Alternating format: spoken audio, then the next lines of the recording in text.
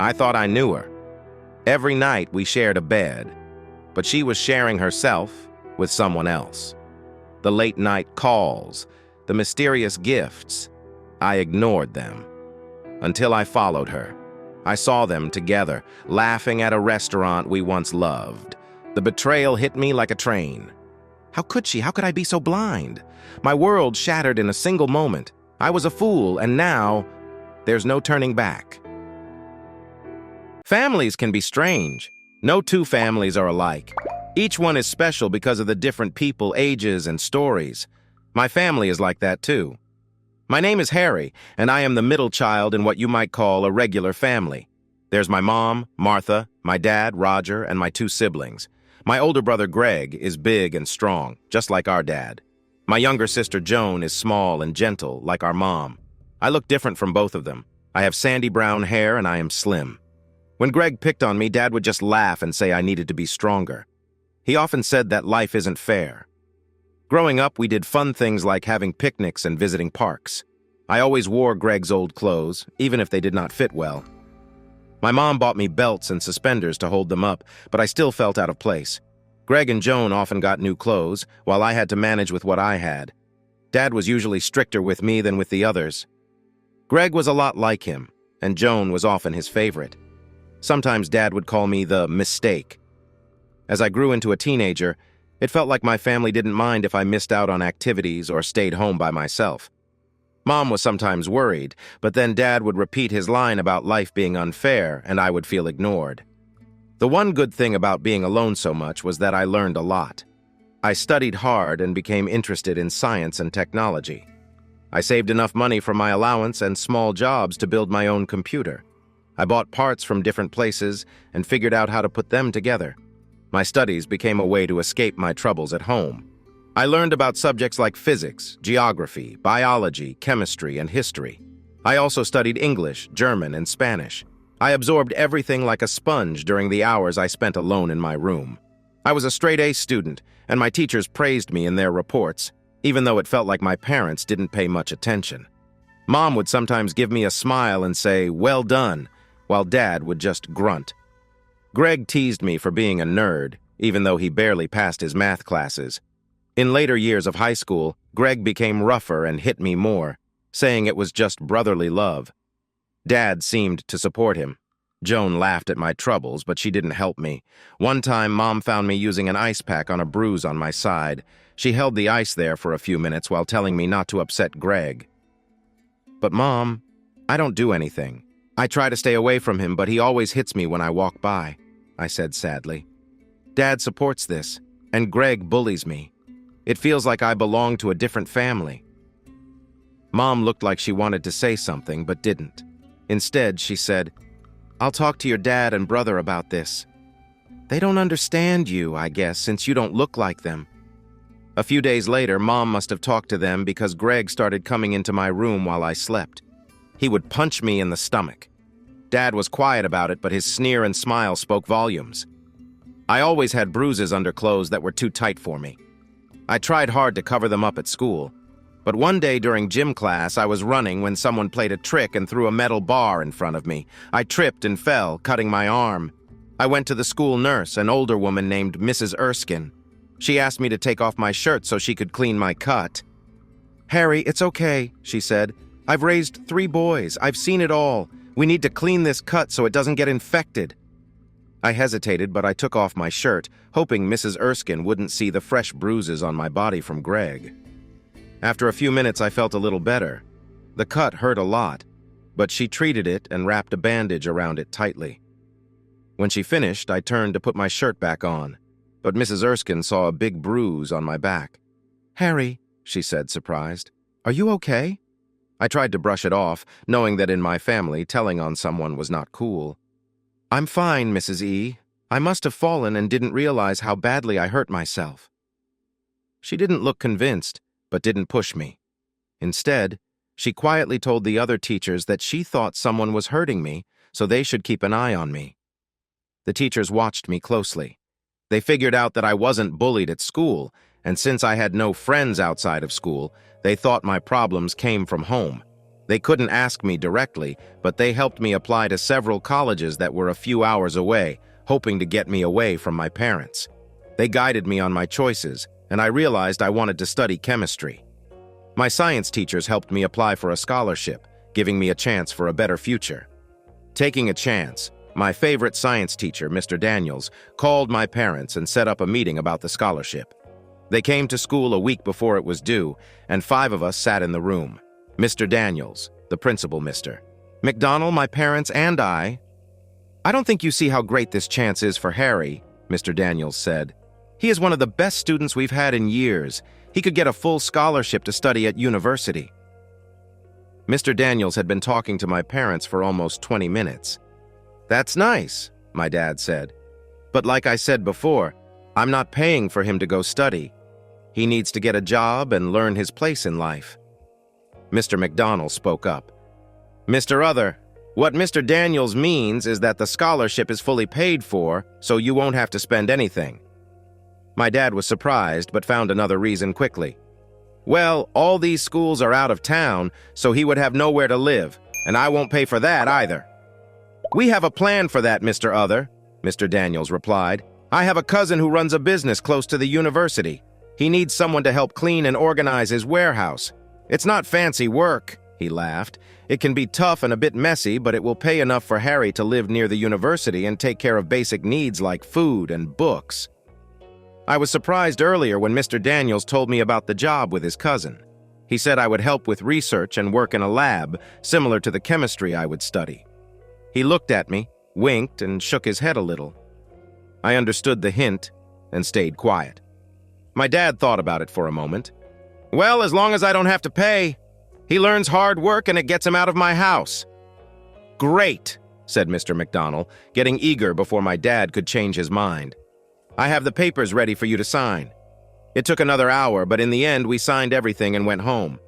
I was amazed when Mr. Daniels pulled me out of class 2 weeks later and handed me a big stack of envelopes. You're all set.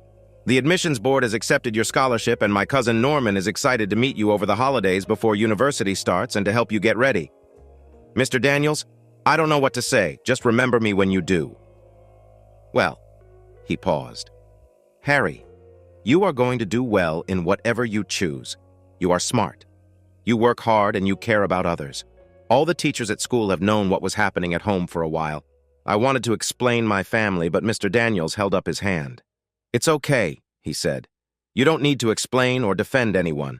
We just want to help. We know you're a bright star, and we want to make sure you shine. School ended for the year like it does in Australia. I finished 3rd in the school rankings. I would have tied for 1st if my parents had let me join 2 extra credit trips, but they said no again. After school, Mr. Daniels picked me up to show me my new job. On the way, he told me to call him Jack since he was no longer my teacher. We drove to the next city, which took a little over an hour. He introduced me to a man named Norman and helped me find an apartment. The trip lasted 3 great days where I talked to Jack and Norman like friends. They listened to me and explained what I would be doing.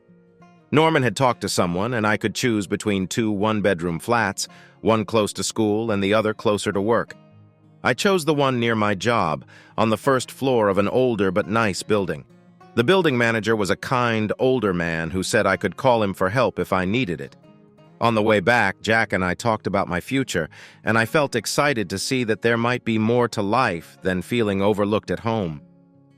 The night before I left, my mother came in with many boxes to help me pack. Mom, I can't take all this on the bus, I said. It's okay, dear, she replied. I talked to your father and I will take you in these boxes in his truck tomorrow. We can do it all in one trip. Mom looked like she might cry when she came over and gave me the biggest hug ever. But as she hugged me, her feelings took over and she began to tear up. Oh, Harry, my dear Harry, you deserve so much more. I wish I could do more for you, but I have a gift, Mom said. She left the room and soon came back with a small box. Inside was a beautiful notebook and what looked like a nice pen. I planned to use the notebook to write down my thoughts and ideas in the future, and I would keep the pen on my desk. Don't tell your father, she whispered, but I wanted you to have something just for yourself. She paused, looking at me with tears still in her eyes. I want you to know how much I care about you. Then she left the room, and I could hear her sniffing as she wiped her eyes. At dinner that night, not much was said. Joan gave me a cold look and said, "Don't be more of a loser than you already are," before turning back to her phone. Dad sneered, "I'll find another big brother to look after you."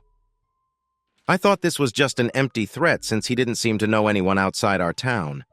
"Just try not to embarrass our family more than you already have," he added.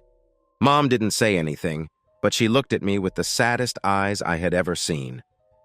Later that night, just before midnight, Greg came into my room and started pushing me around. I couldn't fight back, and he laughed as he left, saying, "This is to remind you who's in charge." I couldn't say I felt sad about leaving that place. The next year was wonderful. I began learning new things in chemistry at university. I also worked with Norman, using what I was learning. It felt good to study what I loved, and I was finally earning my own money. Being away from my family made me feel free, and I enjoyed it. Jack visited often to hang out. He talked a lot with Norman and me, and it seemed like he liked spending time with me. To me, he was the big brother I always wished Greg could be. I saved most of my money since I didn't go out much, and when I had enough, Jack helped me pick out a car. We talked about girls, a topic I was too shy to think about, and we just enjoyed each other's company. But there was one downside. Now that I had my car, I had to go to my parents' house for lunch one Sunday each month. Dad insisted on these family gatherings.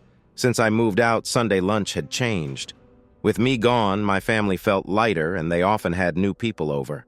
It was almost funny how everyone acted relieved that I wasn't around. During these lunches, everyone gave me strange looks, even though I was supposed to be there. So I would sit quietly in the corner, waiting for the afternoon to end so I could go back to my life. Many of Dad's workers were there too, and I didn't like being alone with them. But I did what was expected. It was during this time away, while learning and studying, that I made a big discovery. I found a way to make some types of plastic stronger and longer lasting. But when I added a common safe substance, the plastic would start to break down into its basic parts in just a few days. When I told my coworker Norman about this, he looked shocked. "You're incredible, Harry. This could change how we use plastic everywhere and really help the planet," he said, full of excitement. Over the next week, we kept working in the lab to show that my idea was working. One day, while we were in his office, Jack walked in after school. We filled him in on what was happening. "Harry, there are some important things that Norman and I need to talk to you about. If we handle this well, your discovery could make you famous." In the following weeks, Jack and Norman helped me apply for a patent so that my idea would be protected. Right before school ended, I turned 18, which meant I didn't have to involve my parents. Jack also helped me make an agreement with Norman to start a new business that would produce the plastic compound. Jack got a small share of the business. In just 6 months, I went from being a broke college student to earning what some managers make in a whole year. I still didn't have much of a social life. Most of my time was spent on school and work with a few visits to my parents. But I did treat myself a bit. First, I took out a loan to buy an apartment instead of renting one. Jack helped me find a place, and we went through the buying process together. It was a bit far away, so I needed a reliable car instead of my old 1982 green Mazda 323, which kept breaking down. While we looked at some options, I spotted my dream car.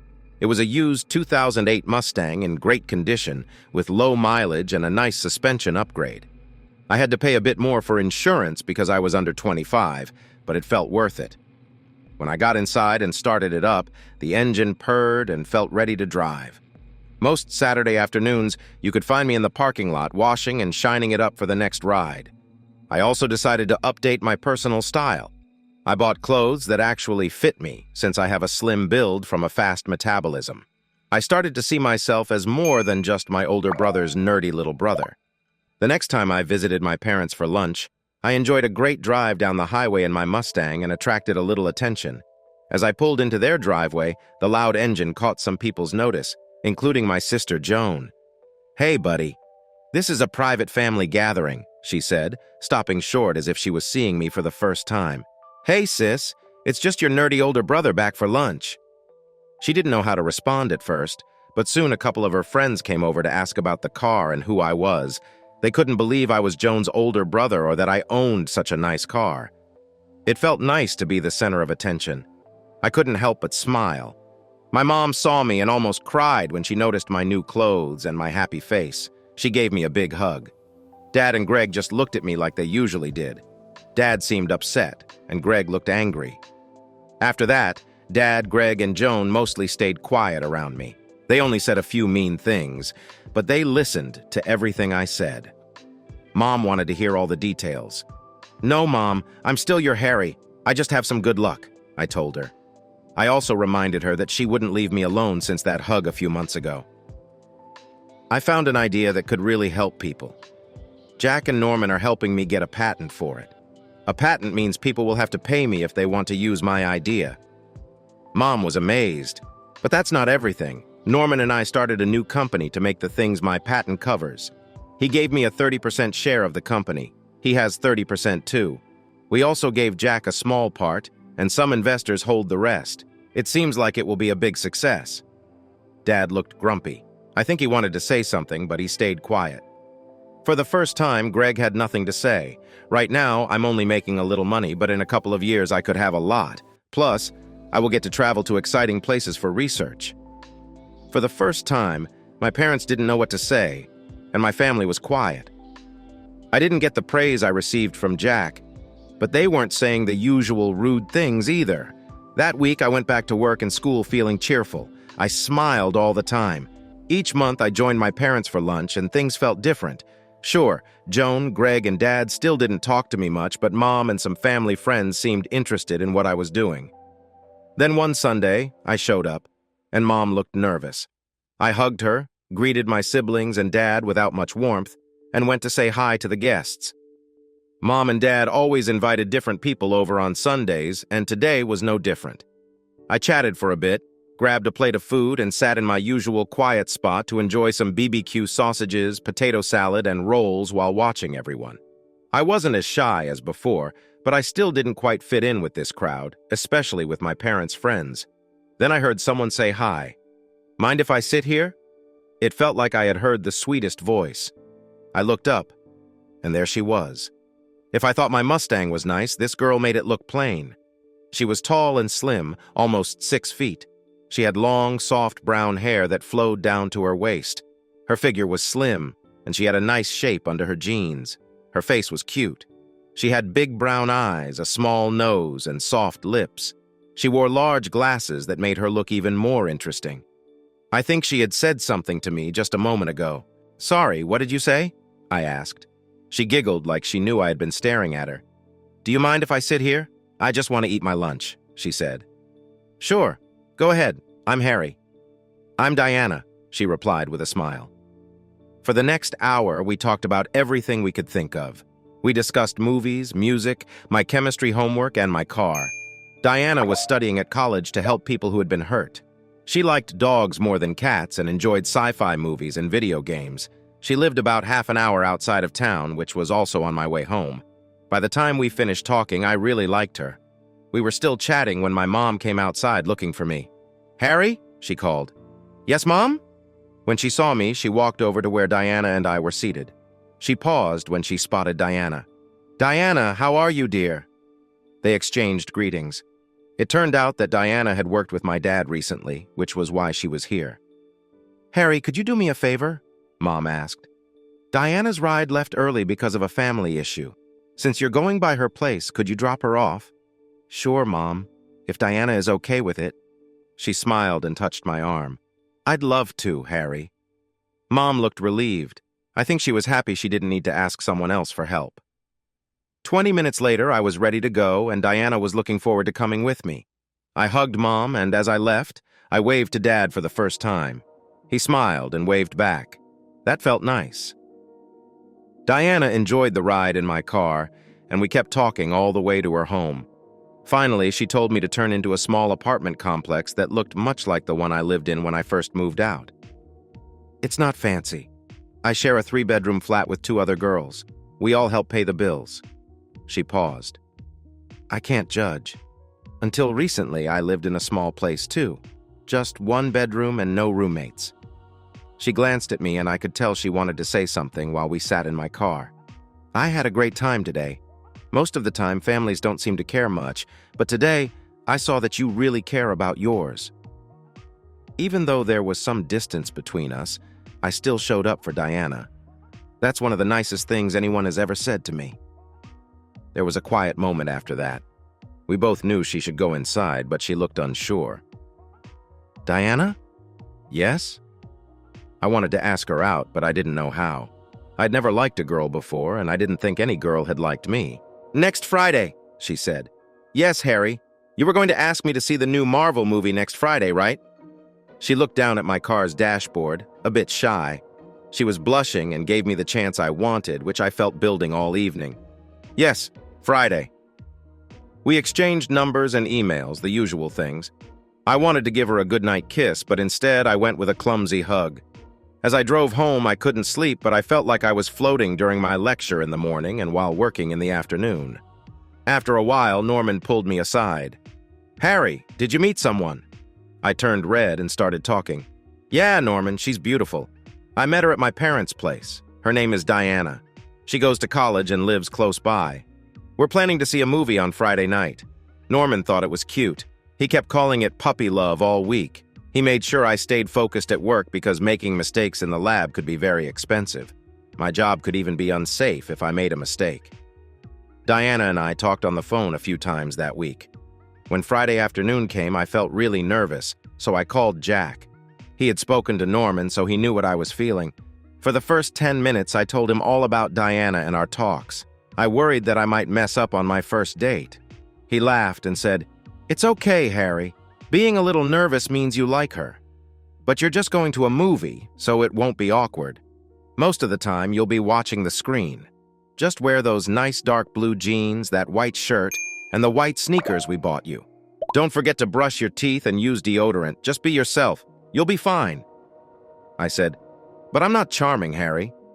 He replied, You don't see it, but girls notice you all the time. Just yesterday, some of the lab tech girls were watching you as you walked around with your new style. You're a young guy driving a Mustang, and you have confidence in your work. Believe me, people notice you. It seems like Diana has seen you and wants to get close before someone else does. That thought made me even more nervous that night. Just as I said I would, I picked Diana up at 7. We drove straight to the movies for the 7:30 show. We both enjoyed the film. Marvel always tells great stories and has amazing special effects. This one made us laugh too. At one funny moment, the main character got surprised by his crush before he could turn invisible. Diana laughed so hard that she reached over and took my hand. When the scene ended, she kept holding my hand. I wasn't complaining, but I think I might need to watch the movie again because I kept getting distracted by holding her hand. After the movie, still holding hands, we walked to a cafe just outside the cinema. Diana pulled me over and we sat down to order Italian hot chocolates. If you haven't tried one, you really should. It's like a thick chocolate shake, but it's hot. It's so rich you could stand a spoon in it. We started talking about the movie we had just seen and what might happen in the next ones. Then we talked more about ourselves and what we wanted in the future, along with my car. I nervously told her how beautiful she looked in those dark jeans, a light blue blouse, and navy pumps. Her hair was shiny and tied back, and she wore thin glasses instead of the larger ones she usually wore. What really made my night was finding out that we both loved watching people. Have you ever sat and watched the people around you, noticing how they walk and what they do? We found out we both enjoyed this. We made up funny stories about the people we saw. One couple we imagined were Russian spies collecting secrets about our town. Another older couple seemed to be in a hurry to get back to their retirement home before they missed snack time. There was also a young couple who kept kissing every few steps. We joked that they were like Romeo and Juliet from different families but still in love. We laughed a lot, and I thought we had a great evening. After such a fun night, I didn't want to go home, but it was getting late, so we drove back to her place. I got out of the car and walked around to open her door. She stepped out and hugged me. Then she surprised me with a quick kiss on the lips. I felt a spark. Diana giggled and stepped back, asking, Hey, Harry, next Friday? I replied, Yes, you're taking me out next Friday. Oh, right. Nothing could keep me from that. She laughed, knowing exactly what I meant. For the next few months, we spent almost every weekend together, and even met up a few evenings during the week. We talked a lot, held hands, and shared some sweet, simple kisses. I met her roommate, Cindy, who was a bit older, had blonde hair, and dressed nicely but kept it simple. Then there was Dawn, a quiet brunette who mostly kept to herself. I also had a chance to introduce Diana to Norman and show her around my office. When I introduced her to the lab team, I saw some of the girls looking at her a little longer than usual. Maybe Norman was right. Diana was making an impression. We traveled together often. Diana had an old Datsun, but we enjoyed using my Mustang even more. I bought us matching aviator sunglasses, with hers made to fit her vision. Diana felt a bit confused and guilty because they cost close to $300, but I really liked her and just wanted to treat her. I told her, "Diana, let me buy these for you. What many people don't know is that I have some money from my patents and my business with Norman. Getting you some sunglasses won't hurt my wallet." And I must say, we looked great in our matching shades as we got out of the Mustang. We had been enjoying each other's company for almost 2 months when something changed between us. It was a Sunday at my parents' house instead of our usual Saturday visit. We sat in our usual spot away from everyone, watching people as we enjoyed our food. Then Greg came over, waving a newspaper in front of us, thinking he found something funny. "Hey, look at this mistake," he joked, waving the paper. "It must be a mistake because you are a mistake." He laughed at his own joke, but it made Diana smile even more. She took the page, frowned for a moment while she read, then looked at me and winked. "This could get interesting, Greg. This article in the newspaper you think will embarrass your brother," she said while tapping the page, "is actually part of a bigger story about a young entrepreneur getting noticed worldwide. So why would the mistake be mentioned? Did he mess up so badly that they put his photo in to tease him?" He chuckled, but no one else laughed. Everyone could tell this wasn't going to end well for Greg. I sat quietly, but a big smile slowly crept onto my face. Diana stopped talking for a moment to let the news sink in. Harry was the main story in the newspaper, and the whole article was about him. I had been there when they came to his office to interview him. "It was a bit awkward when they called him the best young entrepreneur in the world," she said proudly. "And what's really exciting is that Harry, my boyfriend," she nearly shouted the last word, "is being celebrated not just for his scientific discoveries, but for starting a business worth over $10 million in less than a year." Everyone went silent. Most people looked stunned. Greg seemed confused by what had just happened. My mother looked both shocked and proud while my dad just stared. Our family friends looked at me with wide eyes, trying to rethink what they thought they knew about me. Diana had a big grin, clearly enjoying the moment. I was surprised and kept smiling. Greg's embarrassment quickly changed to surprise. I had just been called someone's boyfriend. It took a moment for everyone to understand what they heard. Then in the middle of all this, Diana looked at me and smiled, pushing her glasses back up her nose, looking like the smartest person in the room, at least to me, in that moment. Next, all eyes were on me. Everyone wanted to hear more about the article. Finally, someone grabbed the newspaper and read it out loud, and the questions started. I explained my invention on creating and recycling plastic, along with the business that Norman and I started. Our product was getting attention all over the world. Big companies were buying it quickly to see if it worked like we claimed. I knew that if it became successful, we would need to expand to several countries. The questions kept coming that afternoon. Everyone wanted to know how much money I was making, if I was going to be famous, and if they could be part of my business. My family had mixed feelings when I talked about the money and opportunities. They seemed excited, but when I said that investments would come later and that jobs were only for those with training, their faces fell. My dad especially changed from being shocked back to his usual frown when it came to me. I guess he thought he deserved my success just because he was my father. Ironically, Joan suddenly started paying attention to me. Maybe she thought I could give her something because we were related. Honestly, while I would help family, I didn't want to just hand out anything. They had treated me poorly when I was growing up. They weren't struggling financially thanks to my dad's construction business, so I thought they could keep their money and I would keep mine. That afternoon, something unforgettable happened. When the excitement quieted down, Diana came and sat beside me. She gave me the biggest kiss I had ever received. It wasn't just a quick kiss like we usually had. It was a real kiss that felt special. When she pulled back, she kept one arm around my neck and looked into my eyes gently. I was only 19 and Diana was about the same age. I had never kissed a girl before, and now I felt really lucky.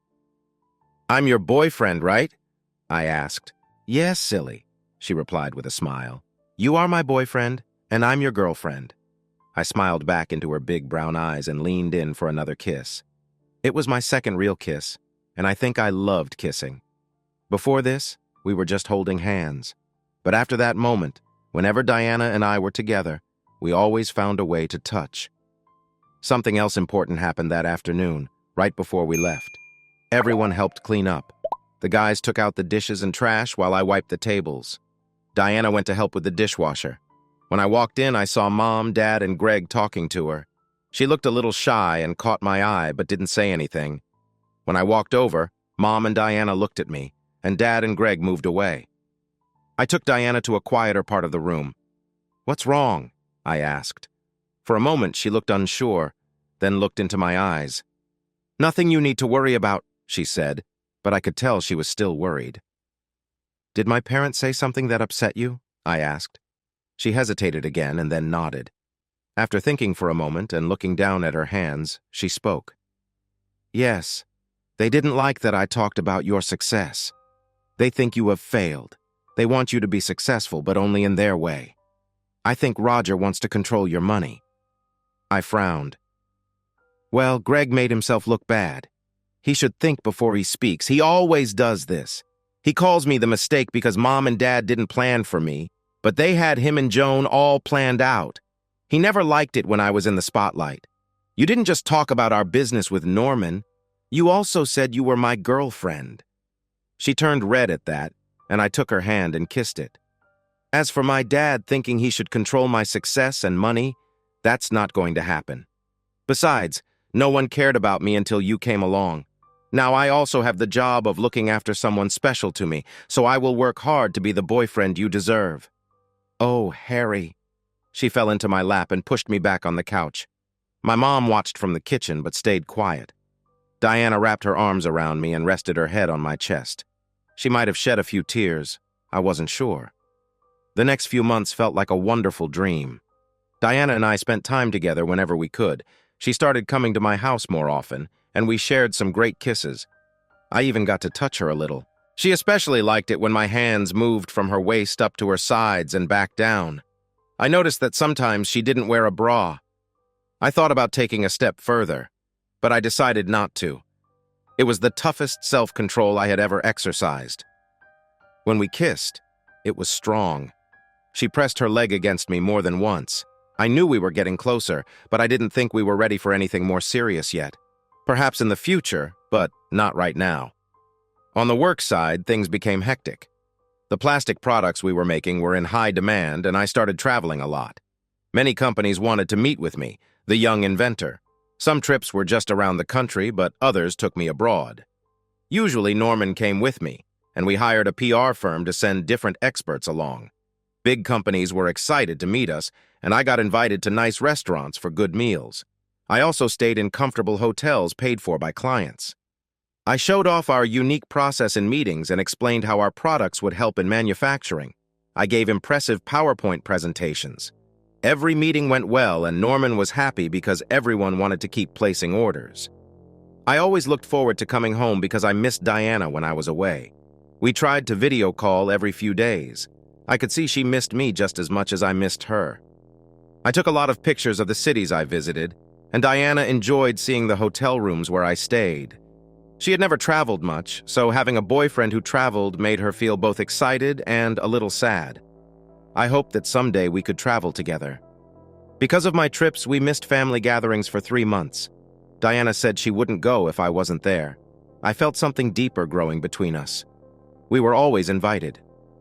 But if I wasn't there, Diana found a reason to skip. One of the most thrilling things was that during my travels, our team helped set up factories in 3 new countries. This would really help our business expand. When we came back from the trip that got us our 3rd site, Norman and I, along with our team, worked hard for 2 straight weeks. We worked every day without breaks, even on weekends. It was a busy time, but everyone knew it would pay off in the end. We decided that our main office would be the lab and research center, while the overseas offices would produce our products for local markets. This way, we could stay in control and address the local needs instead of making everything and shipping it all over the world.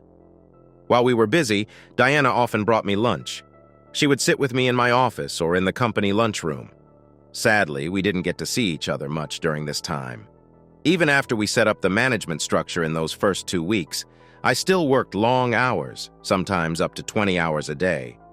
By the end of the 3rd week, 5 weeks after I got home, Diana and I hadn't even gone on a date.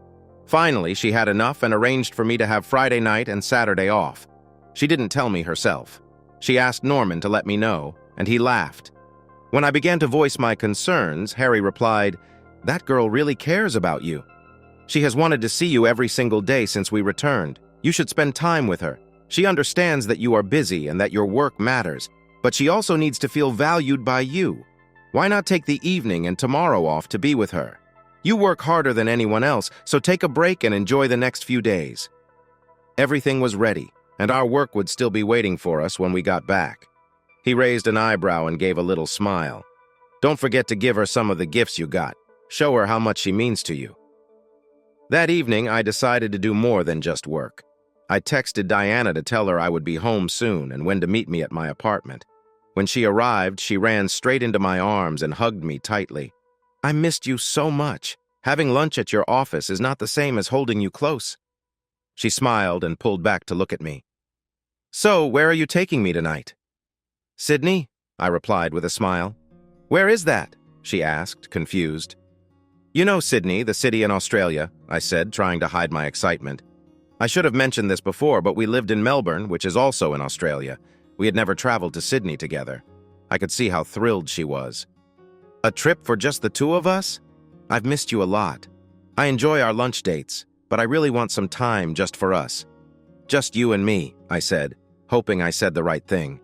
She hugged me tightly and showered me with kisses. "When are we leaving?" she asked, full of excitement. "Now."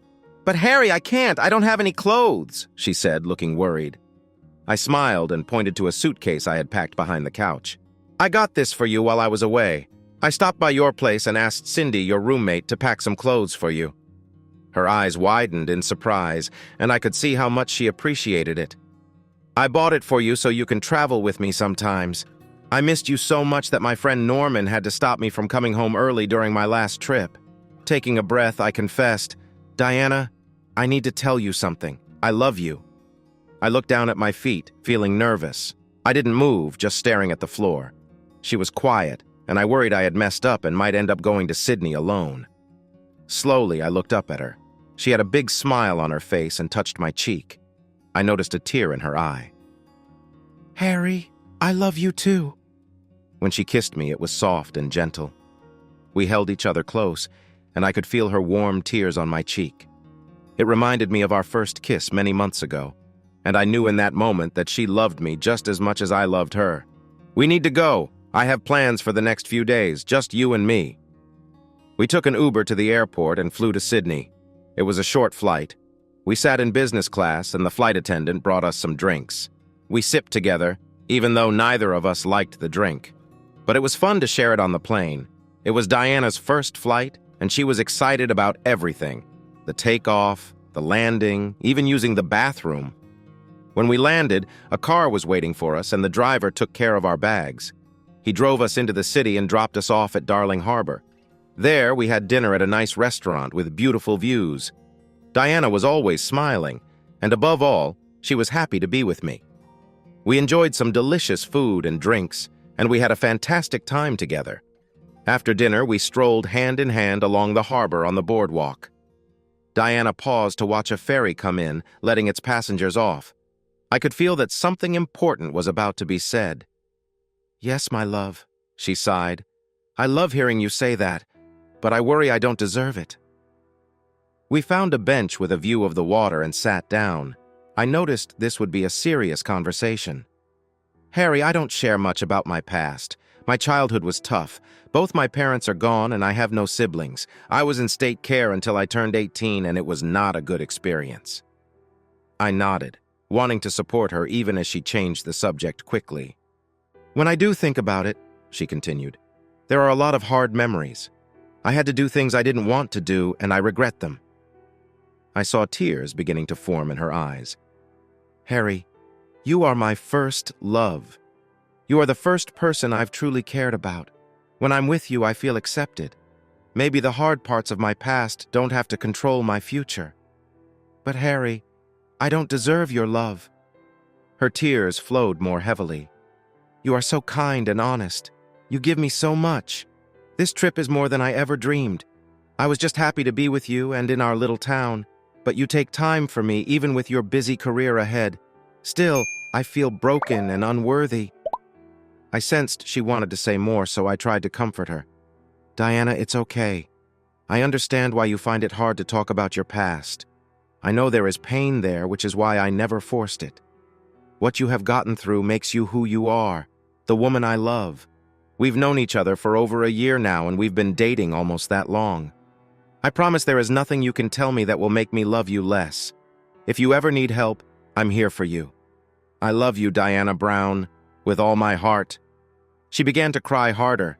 I tried to pull her close to show her that I didn't care about her past, but she pushed me away and stood up. Her eyes flashed with anger. "No, Harry, my wonderful Harry. I don't deserve your love. I'm not good enough." She cried even more. I started to understand what she meant. "It's okay," I said, but she shook her head. "No, it's not, Harry. I feel broken, unclean, and I can't give you what you need." She nearly fell to the ground, sobbing softly. "I have a past." Now I understood what was hurting her. She didn't want to share something from her past, and she knew I had never been with anyone before. I sat beside her, wrapping my arm around her while she cried. I listened as she sobbed, feeling like she had lost something dear to her. People walked past us, a man hugging a woman. Some asked if we were okay, but most just walked by, not wanting to help. After some time, I helped her back to the bench. "Diana, from the first day I met you, I liked you so much. You know, I've never really had friends. My family made sure my life was difficult. They treated me badly whenever they could. My sister ignored me, and my brother would hit me often, leaving bruises all over my body. As soon as one bruise healed, he would do it again. My dad looked down on me, and my mom never stood up for me. She looked at me worried. Whenever the family went out, they left me at home if they could. They didn't want to spend money on me. I mostly wore my brother's old clothes and had to do more chores at home than my brother and sister, but I received much less pocket money. If I didn't do things right, my dad would hit me with a belt, leaving me hurt for days." Diana looked scared and a little angry as I spoke. I had never shared this with anyone until now. I never trusted anyone enough to tell the truth. Whenever someone got close, I would defend my family and their actions. I don't know how to explain it, but I did feel like I was lost. "You think I would leave you because of what you just said? But I love you even more now. Even though you told me something hard, you tried to open up to me. I know you don't want to share everything, and that's okay for now. I trust you. You've been through things, and I accept that. I didn't know about your past before, but I understand that many people our age have different experiences, so I had no ideas about it. I love you, Diana. What you told me doesn't change how I feel. We're here this weekend because I care about you. I'm not going anywhere. I hope you'll want to stay by my side for a long time." When I said this, I didn't care about her past. It made her cry even more. She hugged me tightly and whispered, "It's not fair. I don't deserve you." She kept saying, "I love you," as if time stood still. It felt like we were in our own little world. Nothing else mattered. When we finally stood up, I couldn't pull her away even if I tried. She took out some tissues from her purse to dry her tears, and we headed to a bathroom so she could fix her makeup. I thought she looked beautiful, but she wanted to make herself feel less red and puffy. Once she felt better, we stepped back out. We continued walking along the harbor and found a small gelato shop. We enjoyed sharing a cup of cookies and cream. It was almost 11 at night, and I thought it was time to head inside. So I took out my phone and called our driver. I had booked a 3-bedroom suite for us at a nice hotel near the famous Sydney Opera House. The room had a view of the water and looked out at both the harbor bridge and the Opera House. When we entered the suite, we were both amazed by the view. We checked out all the rooms and then sat on the couch in the main room sharing a sweet kiss. Kissing her made my heart feel alive, and I loved every second of it. I knew we needed to talk about where we would sleep. But Diana spoke up first. "Harry," she said, "would it be okay if we shared a bed tonight?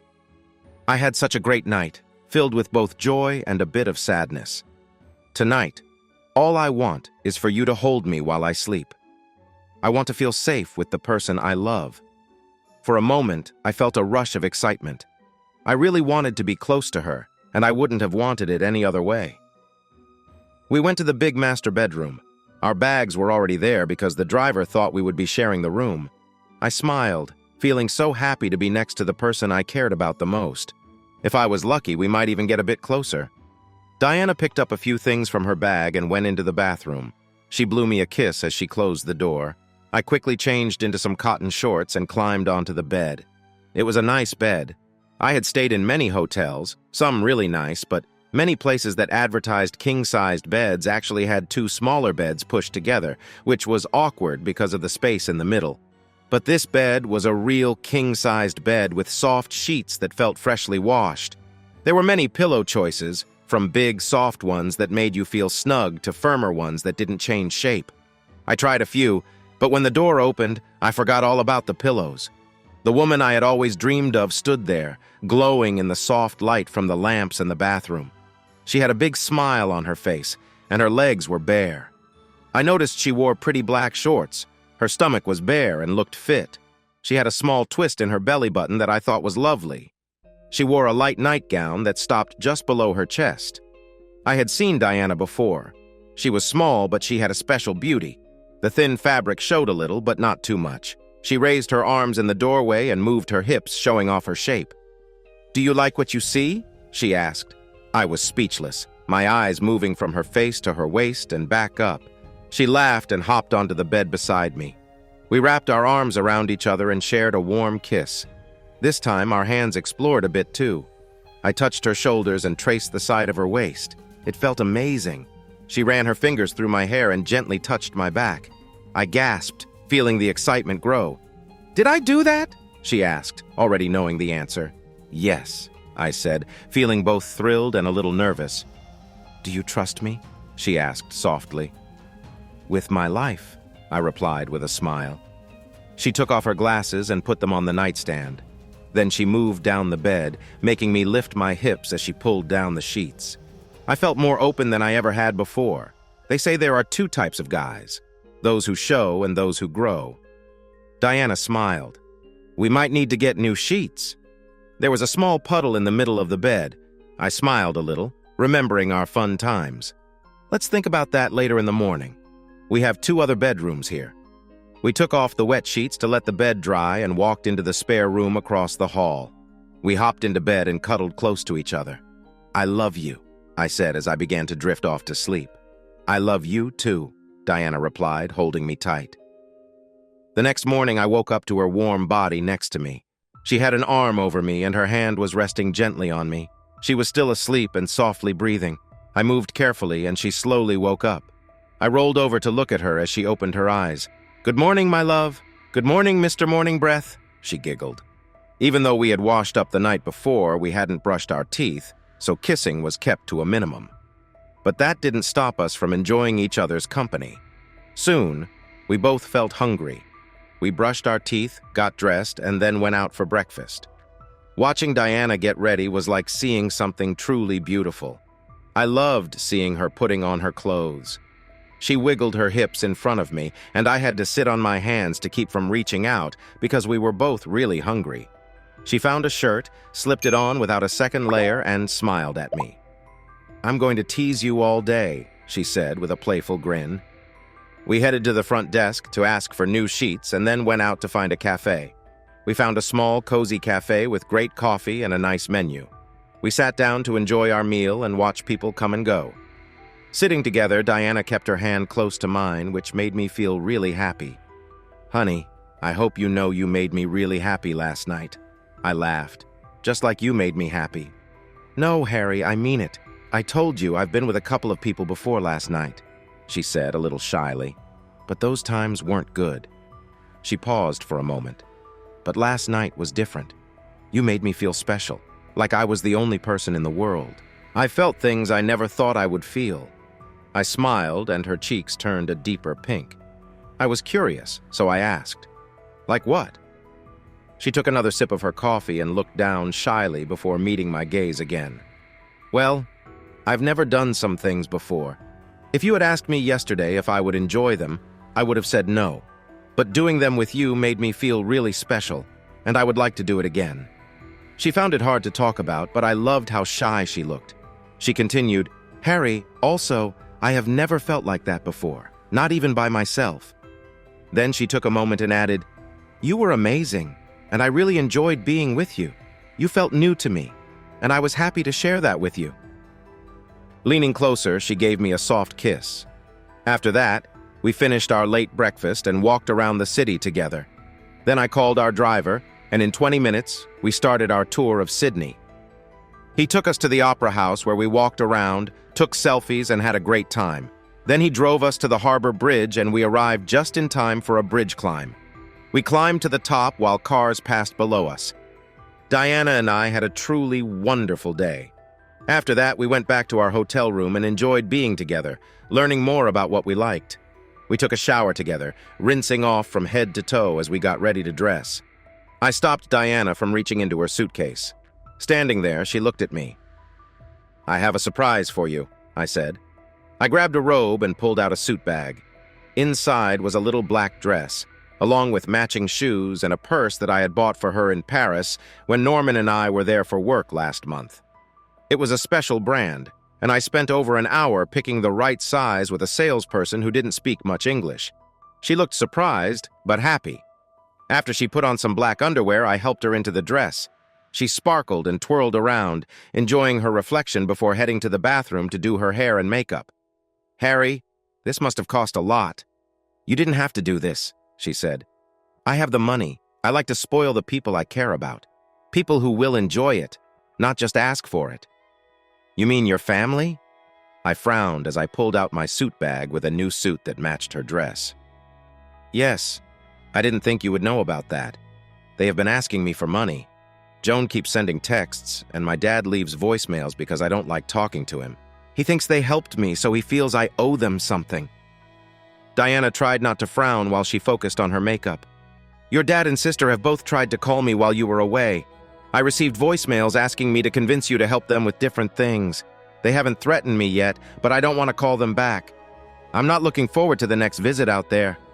That's why I don't want to go without you. Your mom is nice, and your sister doesn't seem to care much. But your dad and brother... It's okay, honey. I understand. You heard some of the things I went through while growing up last night. I get it."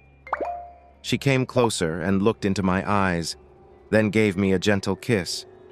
"You are one of the bravest men I know, Harry. I know I find it hard to talk about my past, and maybe someday I will, but in many ways, you have had it harder than me." We finished getting dressed, and a car was ready to take us to a fancy French restaurant. Later, I had tickets for a concert at the Opera House, but she didn't know that yet. At dinner, Diana ordered a fancy salmon dish with soft greens, and I chose a steak with a rich sauce and delicious vegetables. We were thinking about dessert when a waiter accidentally dropped a beautiful box that looked like it had old jewelry. I stood up quickly to check if the waiter was okay and helped him pick everything up. He seemed a little embarrassed, but was fine. Most people in the restaurant stopped to watch, especially when Diana got up to help him. After the waiter left, he looked back to see what was happening. I knelt down and opened the small box to find a shiny diamond ring inside. Everyone seemed to hold their breath, and Diana gasped. "Diana Brown," I started. "From the first day I met you, you took my heart. You make me want to be a better man. Your smile lights my way. When you hold my hand, I feel like I can do anything. This past year has shown me my heart belongs to you. I would be so honored if you would be my wife." For a moment, everyone was silent as she looked at me. Then she remembered to breathe. "Yes!" she shouted and jumped into my arms, hugging me tightly as I stood up. I took the ring from the box, and she held out her hand so I could place it on her finger. Everyone cheered, and the sound of applause filled the air. She smiled brightly at the ring, and then at me. The restaurant manager and the same waiter came over to congratulate us. The manager told us we didn't have to pay for our meal because he was happy to see the proposal accepted. After they left, another couple came over to wish us well. Over the next half hour, many more people stopped by to celebrate with us. I had never seen Diana so happy. Then the last couple to come over made her gasp. One of her roommates, Cindy, walked in holding hands with Jack. I had known they were dating for about a month, but Diana had no idea. Jack told me, and I was excited. They were just a few years younger than each other and made a great couple. Cindy hugged Diana tightly while Jack gave me a strong hug like a brother. We all went back to our table to share dessert together. I told Diana how I had planned everything and arranged for Jack and Cindy to come this afternoon for my special moment. Then I surprised them by saying I had 4 tickets for a concert at the Opera House tonight, with a fancy car waiting for us outside. It was a wonderful night. I had my fiancé by my side, looking beautiful, and my best friend next to me with his new girlfriend. The music from the concert was fantastic. We felt special because we were all dressed up. In the coming years, Diana and I would travel to other towns and go to concerts together. Around 1 in the morning, the car took us back to the hotel. We said goodbye to Jack and Cindy as they went to their room, and we headed to ours. "I wonder if Jack and Cindy will have a special night together like we will," Diana said as we got ready for bed. She took off her shoes but kept her glasses and engagement ring on. She climbed onto the bed and smiled. "Let's have some fun, Harry." I think the sun was coming up when we finished, and we realized we needed to sleep in one of the extra rooms because our room was a bit messy. We slept until almost noon when a message from Jack woke us up. "Hey, buddy, it's lunchtime. Are you two ready to join us before we head home?" I texted back that we would be down in half an hour. We shared a quick kiss, got up, took showers, got dressed, and packed our things. I called the front desk and they sent someone for our bags. We met Jack and Cindy in the hotel lobby. "Wow, Diana, are you okay?" Cindy asked, looking a bit worried as Diana leaned on my arm to sit down at the cafe. "I'm fine," Diana replied. "We didn't sleep until around 5 this morning, so I'm a little tired from Harry's attention." Cindy laughed, and Jack gave me a fist bump with a smile. After that, we ordered our food, and the girls went to the bathroom while Jack and I talked about the night before. He checked to make sure I was okay and kept saying, "Harry is the man," with a big grin. Then we talked about chemistry and my upcoming graduation. When the girls came back, Cindy looked at me with a mix of envy and respect. She whispered something to Jack, and his eyes got wide as he turned to me. "Wow, dude," was all he said. I didn't know what they talked about, but I felt like a superstar. We were really excited to get married a week after we got back. We picked a date a little over 6 months away.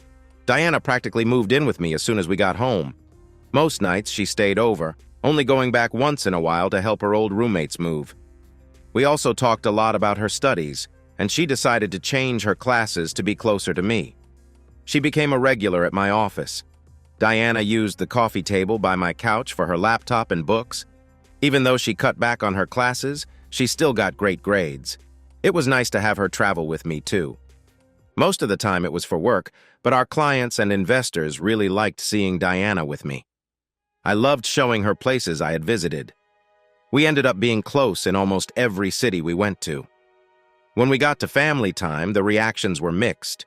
We made sure to attend the next family gathering after my proposal in Sydney to tell everyone we were getting married. Diana proudly showed off her simple but pretty diamond engagement ring. My mom was thrilled and couldn't stop smiling.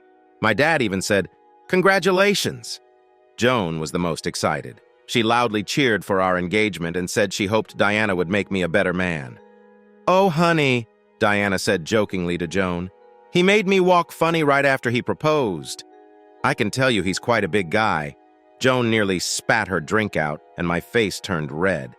Nobody likes to hear about their son's private life. My dad and brother also looked embarrassed, but I wasn't sure if they were angry or just shy for the rest of the day. Everyone was watching Diana. I felt happy just sitting back and enjoying the moment. My fiancé had brought me here. Another big moment for me was when I graduated from university with my chemistry degree. I thought about going back to school later, but with my growing business and Diana, I wasn't sure I would have the time. I figured I could always return to it another day. My company was doing really well. We had over 800 workers in 8 locations around the world. We made the main part of our product and sent it to other plants where they turned it into the special plastics we became famous for. My patent made it hard for other companies to copy our product without paying me, so I felt confident that Diana and I would be okay financially. But this was the only issue we faced before the wedding. I hired a legal team to protect my interests, especially because I was getting married. They wanted Diana to sign a prenup. Diana was fine with this, but my family didn't agree at our usual family gathering. We were sitting together talking about our upcoming wedding. I was on one couch with Diana while my mom and dad sat on another. My sister Joan was with her boyfriend Fred. I think that was his name. She always seemed to have a new boyfriend at every family event. Greg was sitting alone in his chair. I think not many girls could deal with him. He always acted like he was right, even when he wasn't.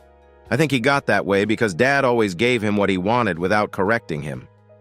Everyone except Diana and me was against the prenup. "It's not right, son. You're marrying Diana, and everything should be shared. A prenup is just a way for rich people to keep their money," Dad said. I replied, "But Dad, I am one of the rich people, and I don't want to keep anything from Diana." She gave my hand a squeeze.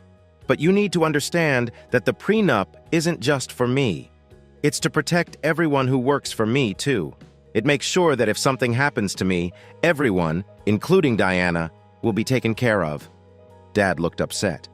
"And according to the agreement, Diana will be well taken care of. I would never keep anything from her," I added. Diana squeezed my hand again. "Dad," she said, since we got engaged, she had started calling my parents Mom and Dad. I think it made Dad a bit uneasy, which was probably why she did it. "I fully support Harry. I will sign the prenup because I know he will always take care of me. I have nothing to lose, and it's the right thing to do." She looked directly at Dad, and for a moment it felt like they were having a silent argument. Then Greg, thinking he knew best, spoke up. "If it were me, I wouldn't do a prenup. I would just give her everything and walk away." Joan shot him a look. "Wow, you're so foolish." "I am not," he protested. "Yes, you are. Every time you call Harry a mistake, I wonder if he is or if you are." Mom jumped in before things got worse. "Enough, you two. This story is really about Harry and Diana, and they will decide what's best for them." Dad got up, threw his hands in the air, and walked away. No one understands. Life is tough. As the weeks passed before the wedding, we sent out invitations, and many people said they would come. We started to see the different groups we belonged to. I asked Jack to be my best man, and Diana chose Cindy to be her maid of honor. We invited a lot of people from our workplace, including several managers from our plants overseas. Some government officials and important business contacts also wanted to be there for this special day. A couple of reporters asked if they could attend too. Our PR team made sure they could come if they got permission for their photos and stories before sharing them. We also made a big decision. We bought land and started to build a house. It was a big 2-story house with 7 bedrooms, sitting on 100 acres, about 40 minutes from the city and an hour from my office. The house wouldn't be ready until a few months after our honeymoon, but I was sure it would be beautiful. The main bedroom was spacious, taking up most of the top floor, and had big walk-in closets. My favorite part was the double shower with 2 shower heads. We were also getting a large kitchen, a family room, a media room, a study, and a garage for several cars. We planned to stay there for a long time, even though I was doing well with money. We took out a small mortgage, but if things continued to go well, we could pay it off in a few years. I also decided to get a new car. I kept my classic Mustang because I loved it, but I bought a brand new 2020 GTR Mustang in burnt orange with black stripes. This car had over 500 horsepower and a 6-speed manual transmission, and you could hear it coming from far away. For Diana, we bought a new Jeep JL series with a removable hardtop and all the extras like heated seats and a navigation system, plus plenty of storage. With a new house, new cars, and our wedding coming up, we were excited to start our life together. Of course, we didn't always agree, but we talked things through and never went to bed angry. For our honeymoon, I got 6 weeks off work. We planned a wonderful cruise from Sydney to Honolulu, staying in a top suite on a great ship sailing in the southern hemisphere. The best part was that Diana was told to disconnect from all her devices while on the ship. After that, it would just be the 2 of us. The months flew by, and before I knew it, it was time for the wedding. The day was sunny and warm. As I stood at the altar waiting for my bride, I felt nervous. Butterflies in my stomach, just like every man feels before his wedding. Jack noticed how I was feeling. "Don't worry, my friend, there's always time to run," he chuckled. Greg, one of my groomsmen, and my brother joined in. "Yeah, if you make a mistake, just run now.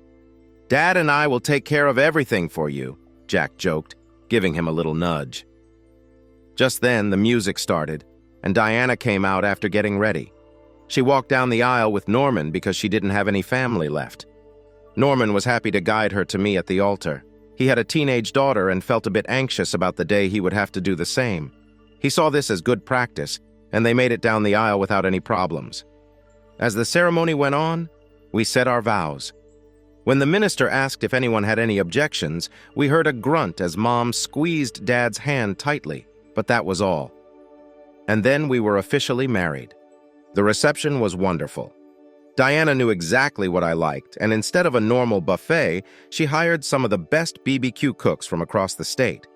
They set up a fun competition in a field we rented just for the party. They brought big smokers to cook ribs, pulled pork, sausages, and wings. There were also sides like cornbread, coleslaw, and chili fries. Everyone seemed to enjoy the food. Even my dad had to admit it was good. As the night went on, we cut the cake, danced together, and chatted with our guests. I walked around the room talking to everyone. At one point, Norman and I even chatted with a reporter about how being married would help us grow. I don't remember what I said, but everyone was smiling, so it must have been fine. While I was talking to the reporter, I noticed my parents moving toward Diana during the last part of the interview. The reporter thought I was distracted because I kept looking at my new wife. That was the only moment I saw her look unhappy. My dad seemed to be saying something harsh, and my mom looked like she was trying to calm him down. I excused myself and walked over just in time to hear my dad finish talking. "Just don't forget what you owe us, or I'll make sure the boy knows it." I jumped in and asked, "What do you think my lovely wife owes you, Dad? And why would you need to make sure I know?" They all turned to look at us. Mom and Diana blushed, and Dad looked ready to explode. But before he could say anything, Mom quickly stepped in. "Your dad, who has had a bit too much to drink tonight, was just saying how we introduced you to God Save Mom." I wanted to ask Diana what was wrong, but she looked embarrassed. There was more to the conversation, but she silently begged me to let it go with her eyes. "That's okay, but if you don't mind, Mom and Dad, we need to take care of a few things and say our goodbyes to finish the party." Diana took my arm and we walked back to Norman. Jack, Cindy, and Norman's wife June were there too. We did the usual bouquet toss and Cindy caught it. I gave Jack a friendly pat on the back, and he smiled as he whispered to me that he had already bought a ring. After we said our goodbyes, we got into the limo that work had hired for us. We stood up through the sunroof and waved to everyone as we drove away.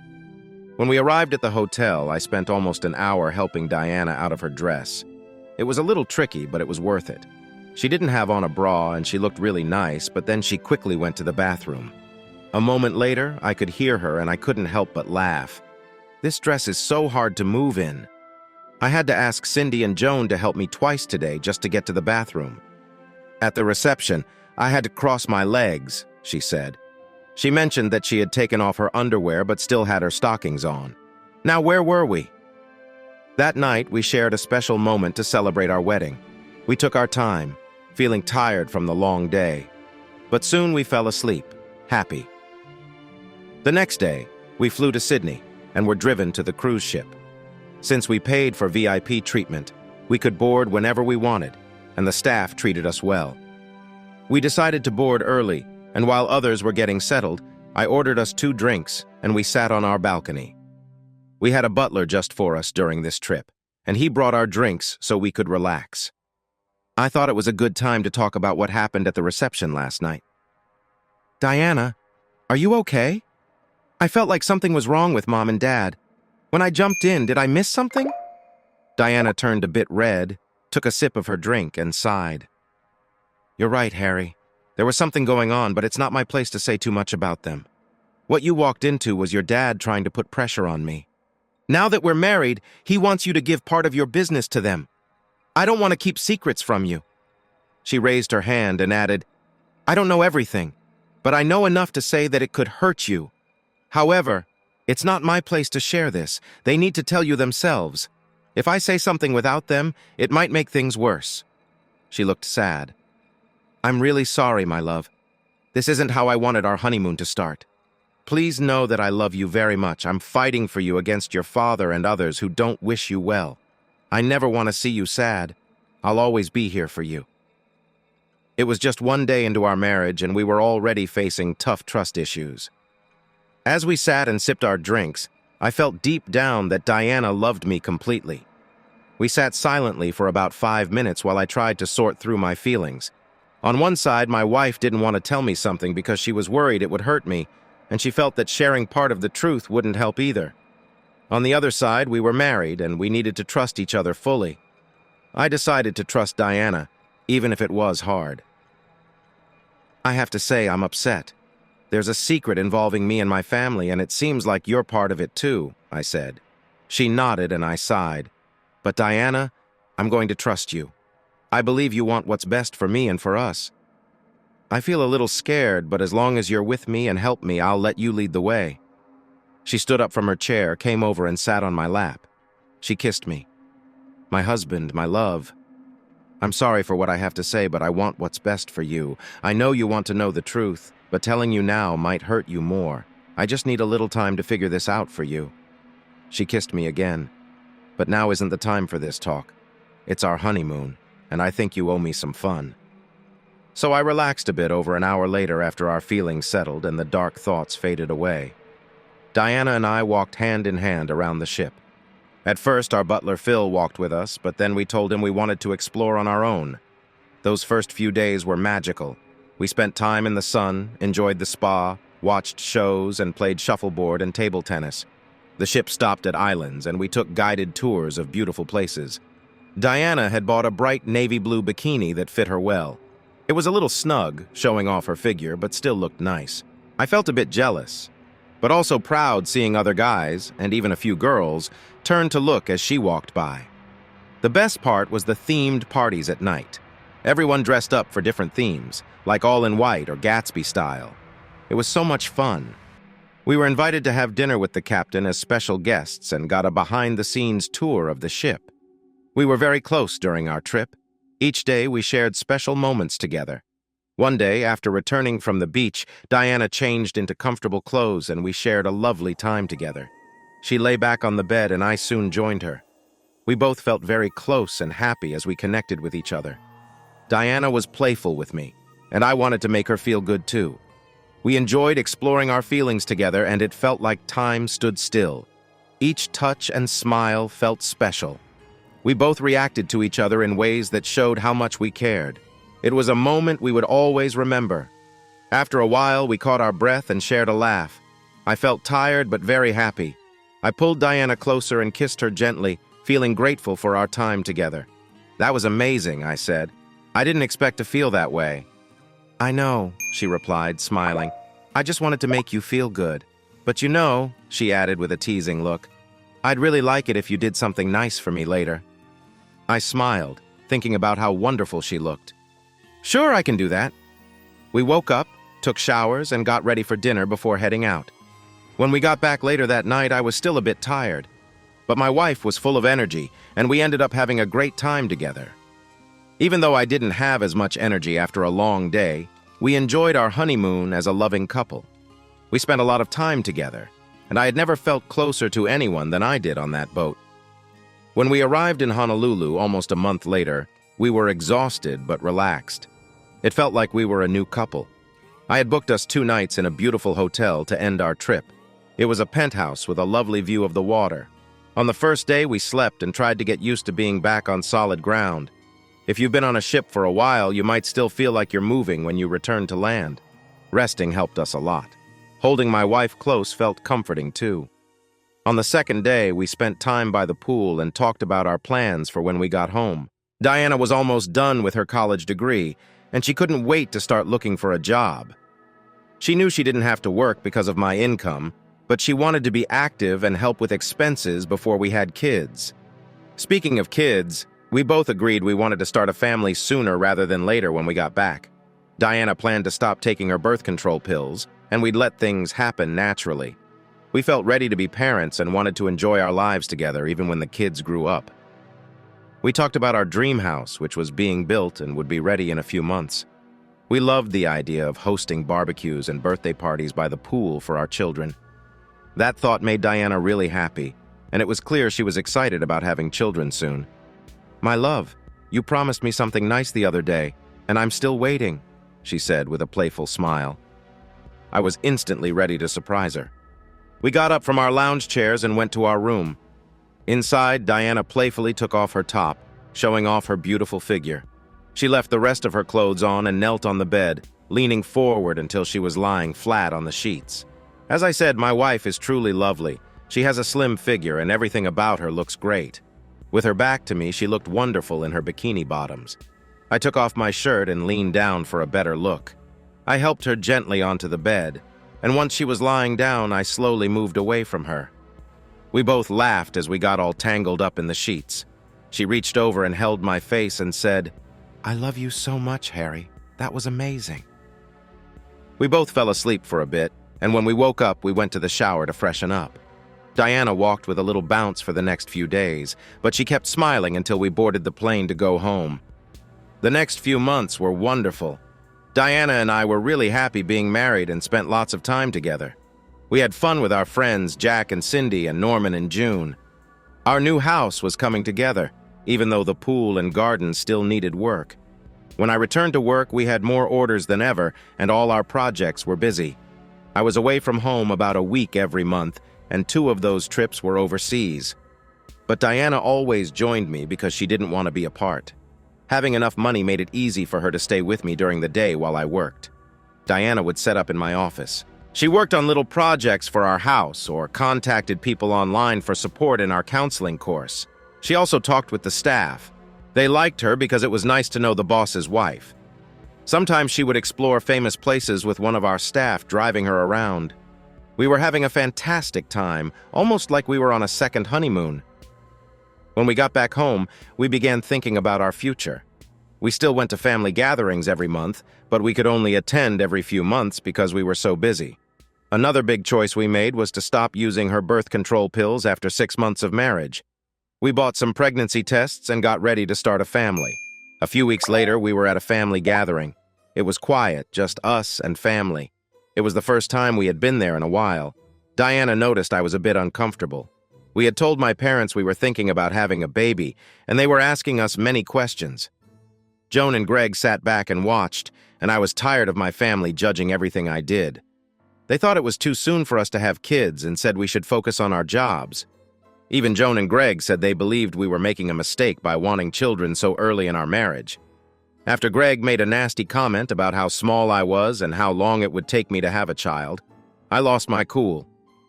He called me a sad husband and said Diana was only with me for my money. I had put up with this for years. No matter what I did, they never thought it was good enough. It was time to leave. I stood up, feeling angry that no one ever stood up for me unless it was about money. "Let's go! Grab your things, we're leaving!" I said loudly. Everyone stared at me and I felt like I was the center of attention. "Where do you think you're going, boy?" My dad's voice boomed. He thought he was in charge. "I'm going home!" I shouted back. "Why would you want to do that? We're family!" he replied. I knew he didn't really want me here, even if he acted like I should come and go when he wanted. For once, I let my feelings out. "I don't feel like you're my family," I said, noticing the shocked looks on their faces. Family is supposed to care for each other. Sure, we can joke and argue, but we should be there for each other. This family hasn't done that. Every time I need help, none of you step up. I pointed at my dad. "You always find reasons to say I can't do things. You put me down and tell me that life isn't fair. You make me feel like I should give up and do what you want, which is never what's best for me. You've never really helped me. I've never enjoyed being your child. You show so much love and support to my sister even when she messes up." I shouted, feeling frustrated. "You give your little princess everything she asks for. She just has to look sad and you give in. I used to think I had a great sister, but now I see her as selfish. She doesn't understand life because you always do everything for her. And you, Greg, have hurt me since we were kids. I could have gone to the police for the things you did to me. You were both a bully and a source of pain. What's worse is that I protected you and kept quiet about what you did to me. And now you question my worth? You can't even keep a girlfriend for long. Do you know why they leave? It's because you think you're perfect when you're not. You act like your parents never did anything wrong. Well, let me explain something to you, big brother. You are not strong. You may have big muscles, but you don't know how to use them. Every time you speak, you just embarrass yourself. People feel awkward when you talk. All you can do is throw insults at me because you feel bad about yourself. Just because you're insecure doesn't make your comments okay. You need to grow up. I looked at all of them. My family doesn't care about me. My sister and my mom don't care what happens to me. Joan only talks to me when she wants something. No one said anything. They just stared as I continued to express my anger about money. Yes, I have some. Do you know why I don't give it to you? Because you don't care about me. I worked hard to pay for my college because you wouldn't help. I built a business with Norman and you called me foolish. But now that I'm doing well, you think you deserve my money? Do you really think I should just give it to you? You care more about the money than about me. To you, it's the only reason to keep me around. You hope I'll give you some. I can see that your construction business is barely getting by because you spend more than you have. You keep asking for my help and pushing Diana to make me give it to you, but you haven't shown me that you deserve a single penny. I don't think you understand what it means to truly care for someone and to receive a gift. Honestly, I don't trust any of you. The only person here who cares about me is my wife. I've been going to these family get-togethers for the last few years because she asked me to. She always says family is important and understands how lonely it can feel. But now, I'm ready to understand what that really means. I'm done with this. Just leave me alone. Let's go. I turned and walked away, grabbing my keys and wallet from the kitchen. Diana followed me quietly as I headed towards the door. My dad tried to speak up. "Now listen to me, son." I stopped and gave him a strong look. My mother, standing next to him, looked surprised by my anger. "No, Dad, you listen. My name is Harry. It's not son. It's not a mistake or a cruel nickname. My name is Harry. That's spelled Harry. But you know what? Call me whatever you want from now on, because I'm done with all of you. Goodbye." Without saying anything else, I left them in shock and got into my car. Diana climbed in quietly beside me. I sped out of the driveway, leaving tire marks and smoke behind. I glanced back and saw them standing outside, watching me go. Soon the calls started. First it was my dad's phone, which I didn't answer. Then my mom called, and even Greg and Joan tried to reach me. When that didn't work, they began texting. They even called Diana, but she wisely ignored them. We had been driving for almost an hour when Diana broke the silence. "Harry, are you okay?" "No, I'm not. I'm really not okay. I've kept all this inside for so long and it just gets worse. I'm sorry, but after what Greg said today, I couldn't handle it anymore. I don't want anything to do with them." A tear rolled down my face. I didn't like my family anymore. Maybe I didn't even love them. But when I looked at Diana, I felt love. My feelings for my family had faded away a long time ago. I had put up with them for too long, but now it was clear to me. I couldn't understand why they treated me this way. As I drove home, I cried for the part of my life I never fully understood. I felt like I had lost something. Diana placed her arm on my leg. "It's all right, my love. I understand. I'm proud of you. Let's give it some time and I'll be here for you. I don't want to talk to them without you, but I'll stand up for you and make sure they know we're done." "Are you okay?" I asked. She shook her head. "No, Harry. Like you, I'm not okay. I've told you some things before and we need to talk about it soon. If we really want to move away from your family, there are some things I need to share too. I'm scared to tell you because I don't know everything and it's not good. But I want you to know that I love you so much. My heart, my life, and everything are yours. I will fight for you. I'll stand by you." She was trembling as she said that. I felt anger, but I also saw that she was scared, so I tried to stay calm. "We can talk now if you want to. If you need to, we can find a place to stop." "No, Harry, I need some time to sort things out. There are things I need to handle. Can you trust me for a couple of weeks?" "I'm not sure. I can sense your fear and sadness." She started to cry. "I know, sweetheart. But if we want to move forward, we need to do it properly. I need to sort some things out before we can talk." Okay, I don't like it, but yes, I will trust you. I feel like this could change our lives more than I'm ready for. Please don't take too long. Today showed me that I feel lost and scared because I don't know what's going on. On the drive home, we kept reassuring each other that everything would be okay. But inside, I felt a storm brewing. I sensed that Diana had something important to tell me, and she needed time to get ready for it. This was not going to be easy. We had some leftovers for dinner and then prepared for bed. I spent the afternoon working on some presentations for the upcoming weeks, while Diana and I planned to have breakfast with Jack and Cindy in the morning. As we settled into bed, we kissed. Diana playfully touched me and giggled. "Did you really say that to Greg about comparing sizes?" I laughed for the first time in hours. Yes, as brothers, we saw each other in our underwear a few times when we were kids. I might have exaggerated a bit, but from what I remember, Greg is much smaller than me. I got a bit mad and may have said too much. "Sweetheart, you might not think you're strong, but from what you said, I believe you have the two strengths that matter most to you." She giggled again. "Yes, to the one down here," she said, playfully touching my arm. "And the one up here?" she added, leaning in and kissing my forehead. "You are the smartest person I know. You're rich but still down to earth, and you have almost 1,000 employees around the globe. Even Norman relies on you. I've never seen you lose your cool, even today. You used reason and spoke only the truth. Like I said in the car, I'm really proud of you. I love you." My wife looked at me with bright eyes. "So, mister, do you think you might want to start a family with me like you mentioned at your parents' today?" All I could think about was being close to her. Over the next hour, we shared our love in a sweet way. The next few weeks felt a bit intense. Work was busy as we worked on a new version of my well-known plastic formula. It wouldn't need a new patent, but it would help us produce more without needing a lot of extra materials, which meant more profit for us. Diana and I were focused on trying to start a family. She read up on the best ways to do this, including the right times and methods. Since she was about to be at her most fertile, we planned to be together every 2 days. I loved being close to my amazing wife each morning and night. Meanwhile, my family was trying to sort things out after I left. My sudden departure had caused a big argument among them. I didn't understand why they were fighting. I had told some harsh truths about how my family treated me, but I wasn't there when it happened.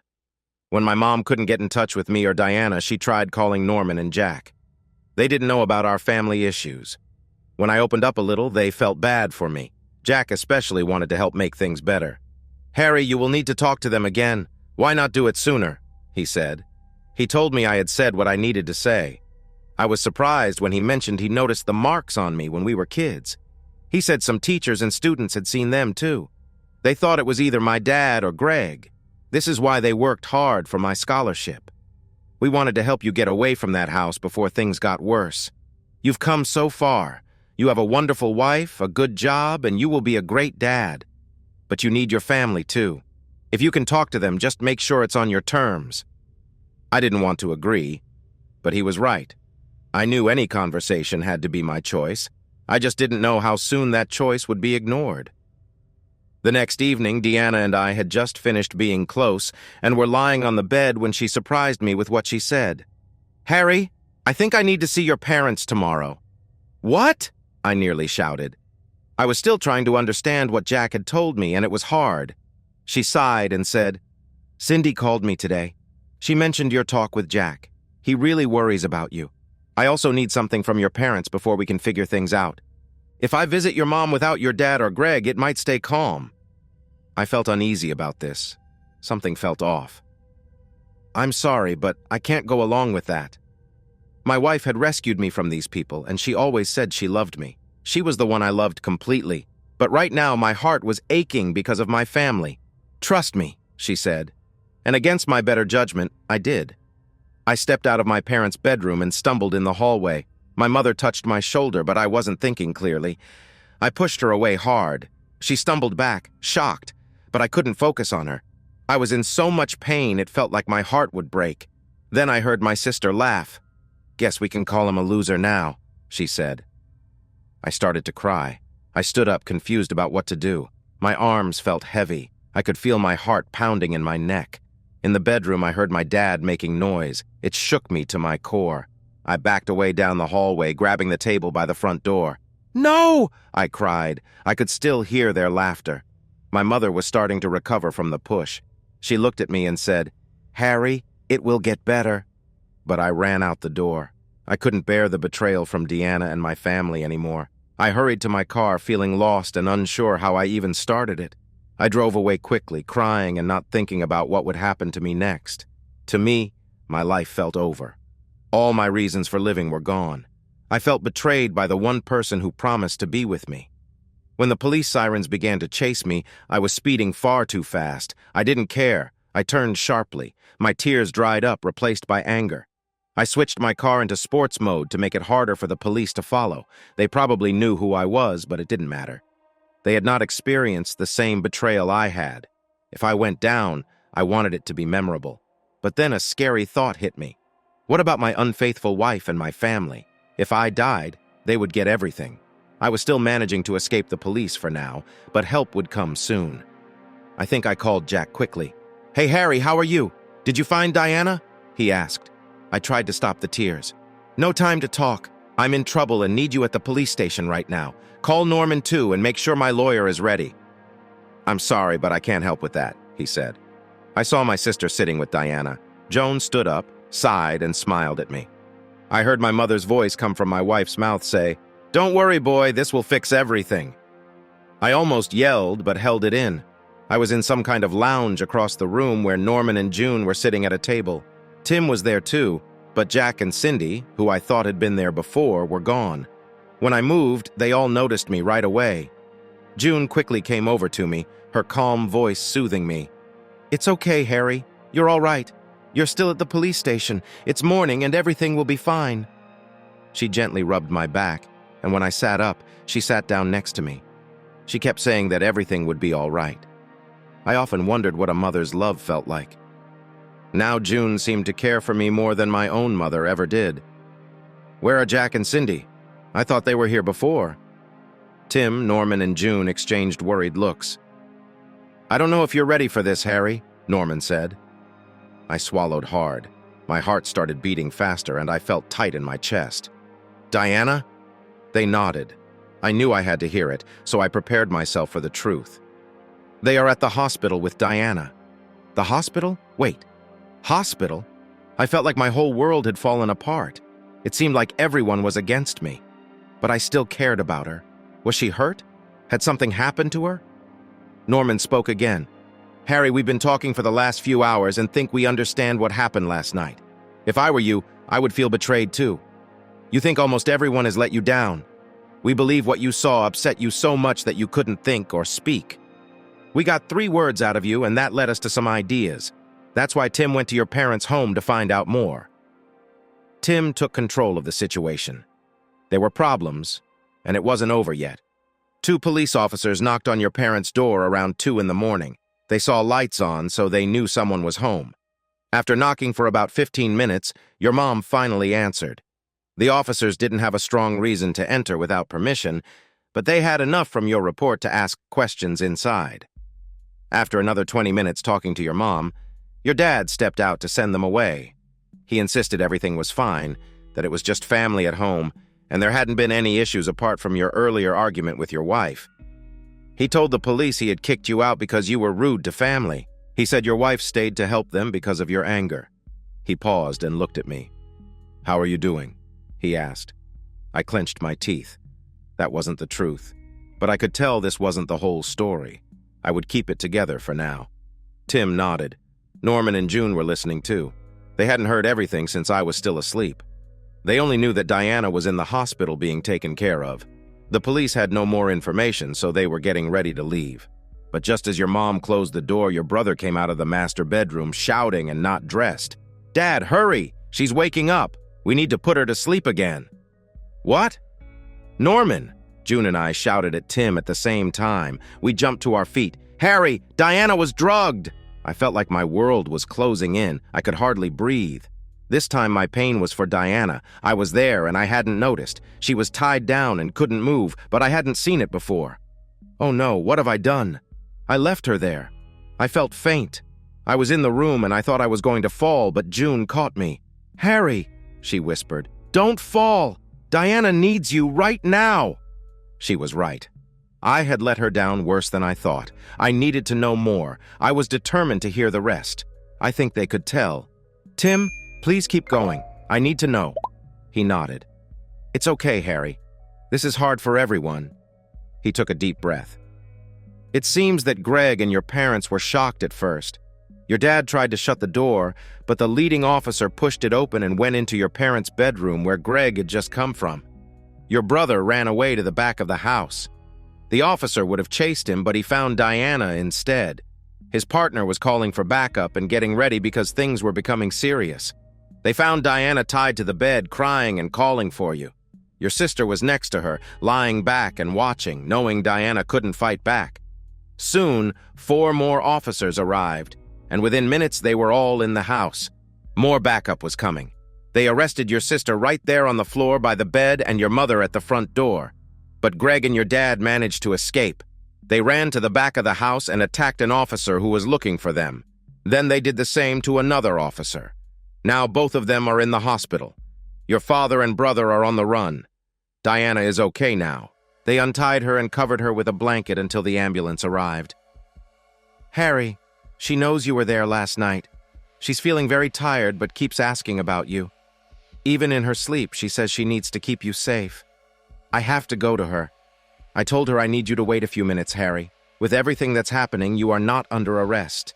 But I need to hear your side of the story. There are some things we need to clear up. Diana is safe in the hospital now.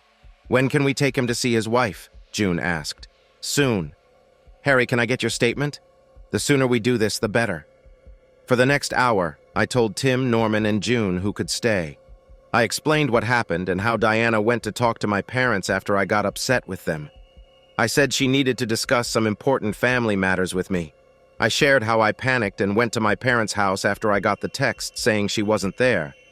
When I arrived, I found my family in bad shape and my mother was wearing her robe. I walked in to see my father with Diana, who was tied up on the bed. At first, I thought Diana was okay. I felt so much pain that I ran away, wishing it would all end. I told them how I came back to my senses when the police chased me.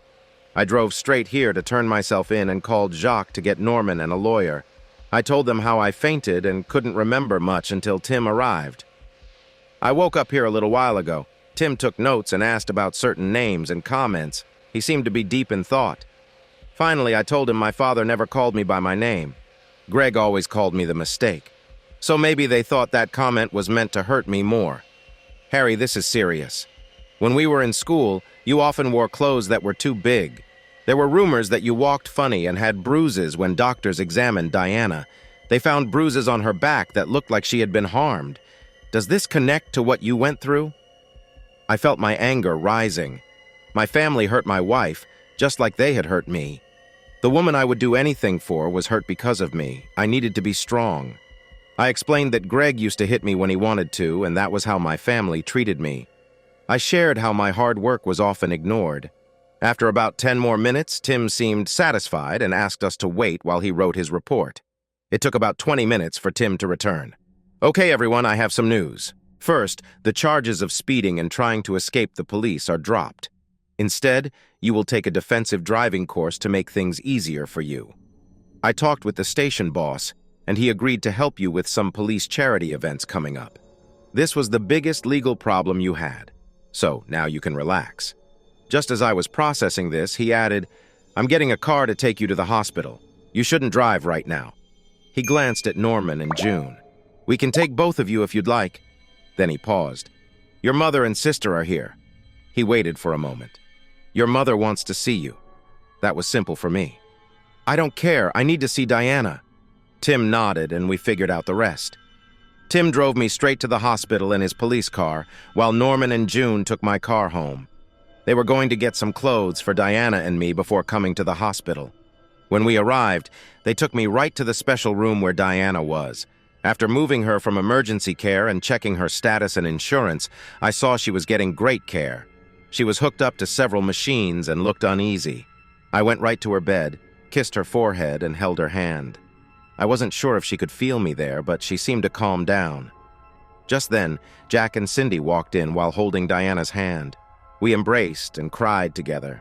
The next few days were very emotional. Many people came to visit us. Norman, June, Jack, Cindy, Tim, and some co-workers who knew both Diana and me showed up. News had spread about our trouble, and many folks in the city were supporting us. We received cards and flowers from many different people, most of whom I didn't know. That first night, I slept in a chair next to Diana. Around 2 a.m., I felt her hand on my head. I looked up and saw her awake, just staring at me.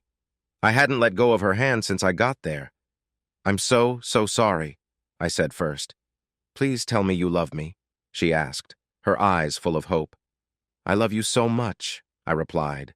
She gently pulled me closer, and I kissed her softly. Then I carefully climbed onto the bed without bumping any of the machines connected to her. I wrapped my arms around my wife, my beautiful wife, who had gone through so much. Listening to her story made me really angry. I wanted to make things right. My family had been hurt, and even my mother, who often ignored me, would feel the weight of my anger. How could someone do something so awful over and over? I wondered why I had to go through this. After Tim and Karen took Diana's statement, they said goodbye and would return to check on us later. Just then, everyone else was about to come back into the room when I had an idea. I asked for a little more time alone with Diana. They looked confused, but understood that this was important, so they closed the door. They knew some things about what happened, but I wasn't sure they knew it all. As they walked away, I saw that Diana looked worried, and I felt a little worried too. My wife had been hurt before we met, and now my family had added to her pain. I didn't know what problems we would face together, but I believed she didn't mean to hurt me. It would be hard, but I had to support her. She was still trying to understand everything. I thought we would need a good therapist for both of us, but I was sure that Diana was hurting much more than I was. I leaned back on the bed and wrapped my arms around her. We sat quietly for a few minutes while she cried. She held my arm tightly. I knew this would happen many times in the days to come. I felt sad. Our relationship was strong, but it felt broken. I couldn't believe my family could be so cruel to me, their own family member. This thought made me angry again, but what Diana had said earlier came back to me. As she started to calm down, I knew I had to ask her some hard questions. "Diana, I'm not going to ask if you're okay. I know you're not. I'm not either. But I want you to know that I still love you so much, no matter what. We will get through this together, okay?" She looked at me. She had taken off her glasses, and her lovely brown eyes were red. Her face was puffy, and she had tears streaming down her face. She looked very upset. But when she looked at me, I think she felt that I would stay with her. She was searching for hope and needed something to hold on to. I wanted to be that for her, but I needed to know more. Earlier, while you were telling us your story, you mentioned something I didn't know before. Can I ask you about it? If you don't want to talk, just say so and I'll let it go, okay? She nodded. "You said he's not my son. Diana, what does that mean?" For a moment, she looked worried. Then she stared at her hands and back at me. It was hard for her to speak, but finally she said, "My love, this is something I really wanted to tell you. It's why I was looking for your mother's papers. One of those papers is an old DNA test about you. Roger is not your real father." Suddenly, things started to make sense. So all these years, they knew and never told me? Why? From what I understand, they didn't find out until you were about 3 years old. Then, as you grew up, people started to notice things. Your mother had an affair. You didn't look like your father or your brother. Your hair was a different color. I don't know every detail, but that's where their anger comes from. They think you don't belong to the family. To them, you are an outsider. I believe Roger only gave you what he had to and nothing more. You might think the affair is why your mother never stood up for you. You were her secret, the mistake that Roger wished never happened. Greg and Joan are his kids, but you're not. You knew? I asked. She looked down and nodded. Yes. A few months after we started dating, I learned something important by chance. Back then, I was just a friend to your family. They didn't know we were together, and I didn't want to tell them because you had become so important to me. One day, I unexpectedly walked in on Roger. I'm sorry, but I can't think of him as your dad anymore. He was shouting at your mom about something you had done, maybe something with your chemistry project. He said that since you weren't his son, he didn't have to deal with you, and that you owed him for raising you. I heard him say that. After he left, Martha shared some information with me. She stopped for a moment to breathe and then continued. There's more to the story. Martha showed me proof related to your DNA and hinted that she had a letter from your real father. She mentioned that Roger would never let you see it. That's why I wanted to get those papers for you. A few days ago, I went to their house, hoping to convince Martha to give me the documents while Roger wasn't around. They should belong to you. I wanted to tell you so much, but it wasn't my place to share your story. I knew Roger would never tell you the truth, but I hoped your mother would finally speak up for you. I sighed, feeling more confused than ever. Time seemed to stretch on, and I knew I needed to move forward, so I thought about what to ask next. This next question might hurt my already troubled wife. Why couldn't you tell me? Diana looked down at her hands and stayed quiet for a long moment. Di, why didn't you tell me? I need to know. I feel really hurt and need the whole story so we can work through this. She nodded slightly, almost too small to see. This is hard, Harry. Do you remember before our first time together when I freaked out and called myself broken? I didn't feel like I was the good woman I should be. I thought I wasn't the person you deserved. I placed my hand on her arm. I didn't care about that. I just wanted you to be with me, and you trusted me completely. Tears fell from her eyes onto the hospital bed, but she kept talking. What I could never share was about my uncle, who was alive before we met. I didn't find out until I was almost finished with high school. He was my relative. The Child Protection Agency thought living with him would give me some stability. But Uncle Clinton wasn't a good person. He took the money but didn't want to take care of a child. He drank a lot and used drugs. One night he came into my room. She paused, crying hard and holding my hand tightly. He came into my room and hurt me. He took my innocence away and left me shattered. I held her close, feeling shocked to learn that the loving woman I knew had such a painful past. About 3 months later, he died from a drug overdose. I hadn't lived with him long, but that was one of the worst times in my life. I was 18 when he died, and he left me with nothing. I was on my own with just a little money and a few clothes. I got a part-time job in an office and started college. It didn't pay a lot, but it helped me cover some bills while I waited for my student aid to come through. I moved into an affordable apartment with 2 girls. That's where I met Cindy. The job I found was at a construction firm. You can probably guess which one. Yep, it was MJG Constructions, my dad's old company. I had been working there for about 6 months. Roger, my boss, liked to invite people from the office to his parties. I think he thought it made him seem friendly and like a good leader. I nodded along. We were always told to act properly when Roger's friends were around. After 6 months of this, one day, Roger spent a lot of time talking to everyone else but me. I was busy handling many office tasks, like scheduling workers and organizing trucks. One day, after checking in with everyone, Roger sat next to me at my desk. He said he wanted me to come to the next meeting. He mentioned he had a son he wanted me to meet. He said that I didn't really fit in with his family, but since I looked a bit different, maybe we would get along. I was surprised by the comment, but he went on. He said he knew about my problems with my uncle. Roger promised he could keep that private at work if I would meet his son. I shook my head slowly, putting the pieces together. It felt like my father, or whatever Roger was to me, was setting us up. Yes, she answered, smiling. That made me happy, like the sun coming out after a rainy day. Later, when I told people you were my boyfriend, I learned that Roger introduced us to get to your money. He thought he couldn't just ask you for cash because you might say no.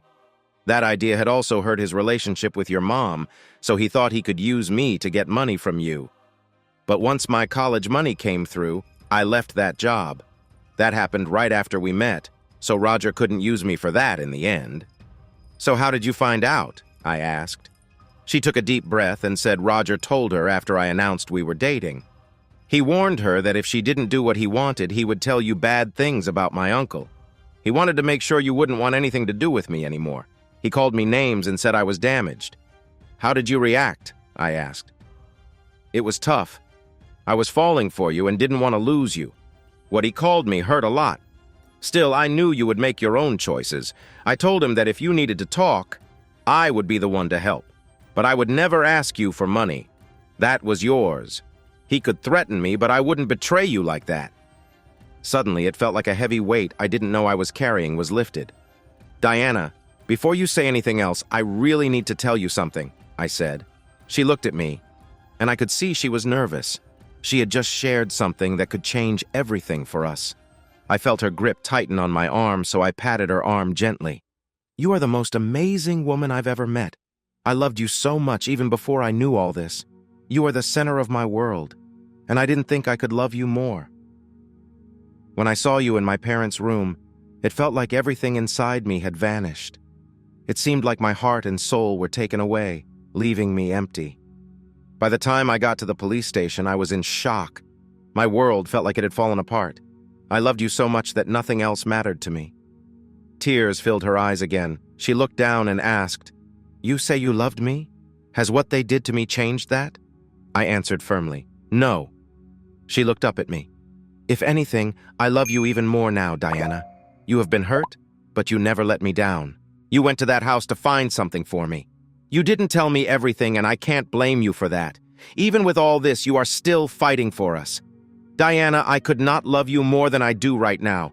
Trust me, those who hurt you will pay for what they did. I promise." I took a deep breath to calm myself. "This will be hard and we will struggle, but I will be with you every step of the way." Then I leaned in, held her face gently, and kissed her. It was a sweet kiss, full of love, and it lasted longer than I thought it would. Just then, there was a knock on the door. Jack peeked in. "Hi, is everything okay?" "No, it's not okay, Jack. We're not fine, but we have each other and we will get through this," I replied. "Please bring everyone in. If Diana is okay with it, there are important things you all should know." Everyone came into the room, and with Diana's nod, I told them what had happened over the past week. I revealed secrets about our family that I had just learned, including the ways my family had hurt Diana. Jack and Norman looked really upset. When I told them that I wasn't Roger's son and that my mother had an affair, they were shocked. They couldn't believe the plan to use Diana to get money from me. They felt sorry for me. I chuckled and said, "Well, it backfired. Instead of money, I found the best partner. We are going to stick together, and now all that money will be used to make them pay." We spent the rest of the afternoon talking. After a while, Diana started to look distant as some painful memories came back to her. Tim knocked and came in, and the others understood it was time to leave. They told us they would check on us first thing tomorrow. Tim updated us on what was happening. They had a few leads on Roger and Greg, but they were still on the run. My mother and sister were still in custody and had seen their lawyer. Tim wasn't sure how much longer he would be our lawyer after hearing the charges against them. Although our family money wasn't frozen yet, it might happen soon. We talked for a few more minutes. Then he left, saying he would keep us posted. I sent a message to my lawyer to discuss bailing out MJG. Even with everything happening, many people relied on that company for their jobs. If the business could stay open, I might be able to buy it and keep everyone working, but I wasn't sure if the lawyers would need to look into it that night. We slept in the big hospital bed together, holding each other close. Diana would have to stay for another 2 days before they would let her go. They were doing important work for her health, and she needed to talk to someone from the hospital first. Luckily, Norman and June brought us clothes and other things from home, so we felt more comfortable. In the morning, we took a shower together in the small hospital bathroom. Even though we usually like to have fun, we kept it simple this time. We just washed each other and held on tightly, feeling safe in each other's arms.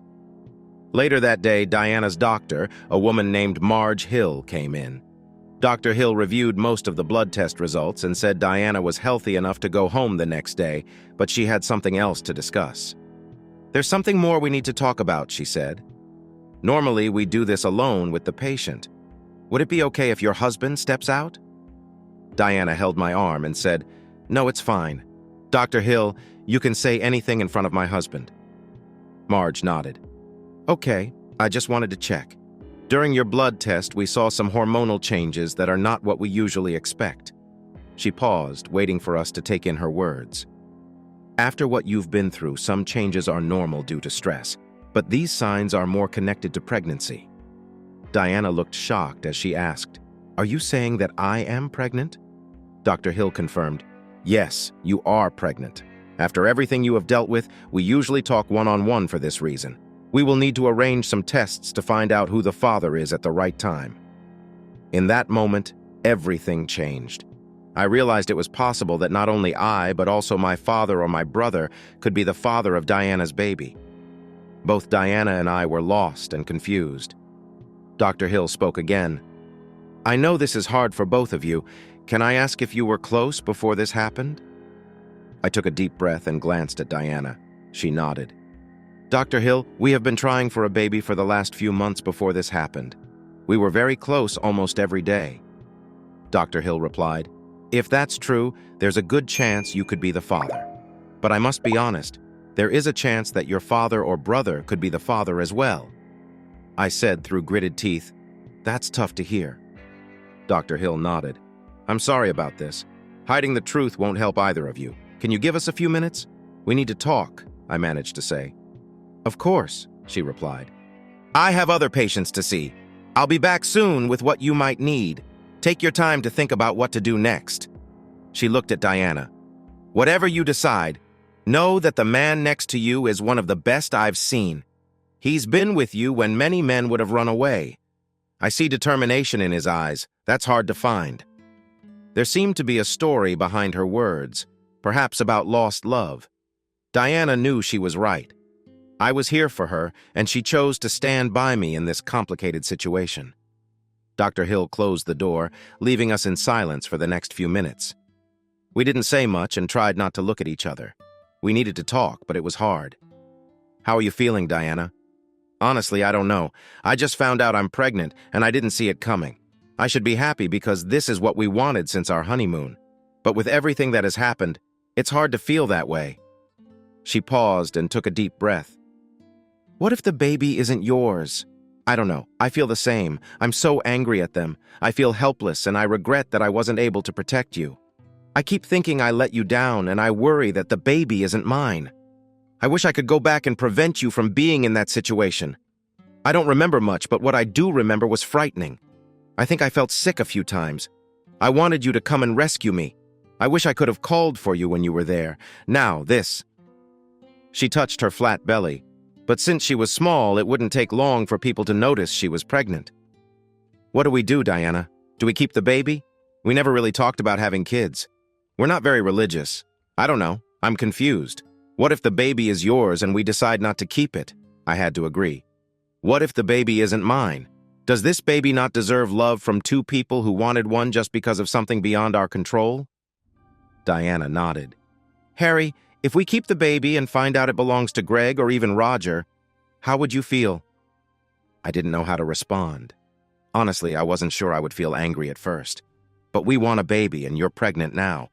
What if it takes a long time to have another baby? Or what if we can't have another baby if we don't keep this one? "Right now, we are facing so much," she said. "We feel pain. I want to believe I can move past this and hold our baby. I don't want to give up the chance to love our baby just because of how they were conceived." Diana gave me a sad smile. "You know, you just called it our baby." I smiled back. "I think this is our decision. We'll still get a paternity test when we can. But this," I said, placing my hand on her tummy, "will be our child." We talked about what this meant. Both of us felt a little uneasy, but we wanted to try. Besides, I wasn't a wanted child. I was unexpected. Even if this baby isn't mine, I want to give the love I never received. We understood it wouldn't be easy. When Dr. Hill came back, we told her our decision. I could see she was pleased. The next day, Diana left the hospital. During those first few days at home, Diana stayed close to me. She was never far away, and honestly, I didn't mind. I was working from home, but I planned to go back to the lab in a few weeks. I wondered how Diana would manage without me. Maybe I could ask Cindy or June to help her. We also had a psychologist visit us every week to support us both. There was a lot to handle, both on our own and together. We tried to be understanding, even though we often felt angrier at our family and ourselves than at each other. When it was time for me to head back to the office, I realized I had been worried for no reason. The girls were happy to support Diana, and she understood that I couldn't avoid work forever. My first day back was hard. Everyone checked in on me and asked about Diana. They didn't know everything, but they sensed something bad had happened in my family. My mother and sister were in jail while the police looked for my father and brother. When I got home, Diana hurried to be with me.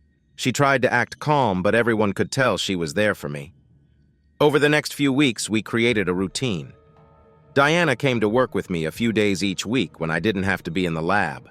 On other days, Cindy and June came by to spend time with her about 6 weeks after what we called the situation.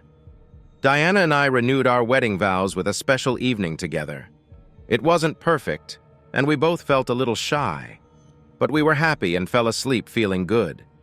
I was worried she wouldn't want to be close to me after everything that happened with Roger and Greg, but she just wanted to feel connected to me again. At the same time, she feared that what I had witnessed would make me pull away from her. I felt a bit off at first, and it was one of the few times I didn't start with an intimate moment. But we managed to talk and grow closer.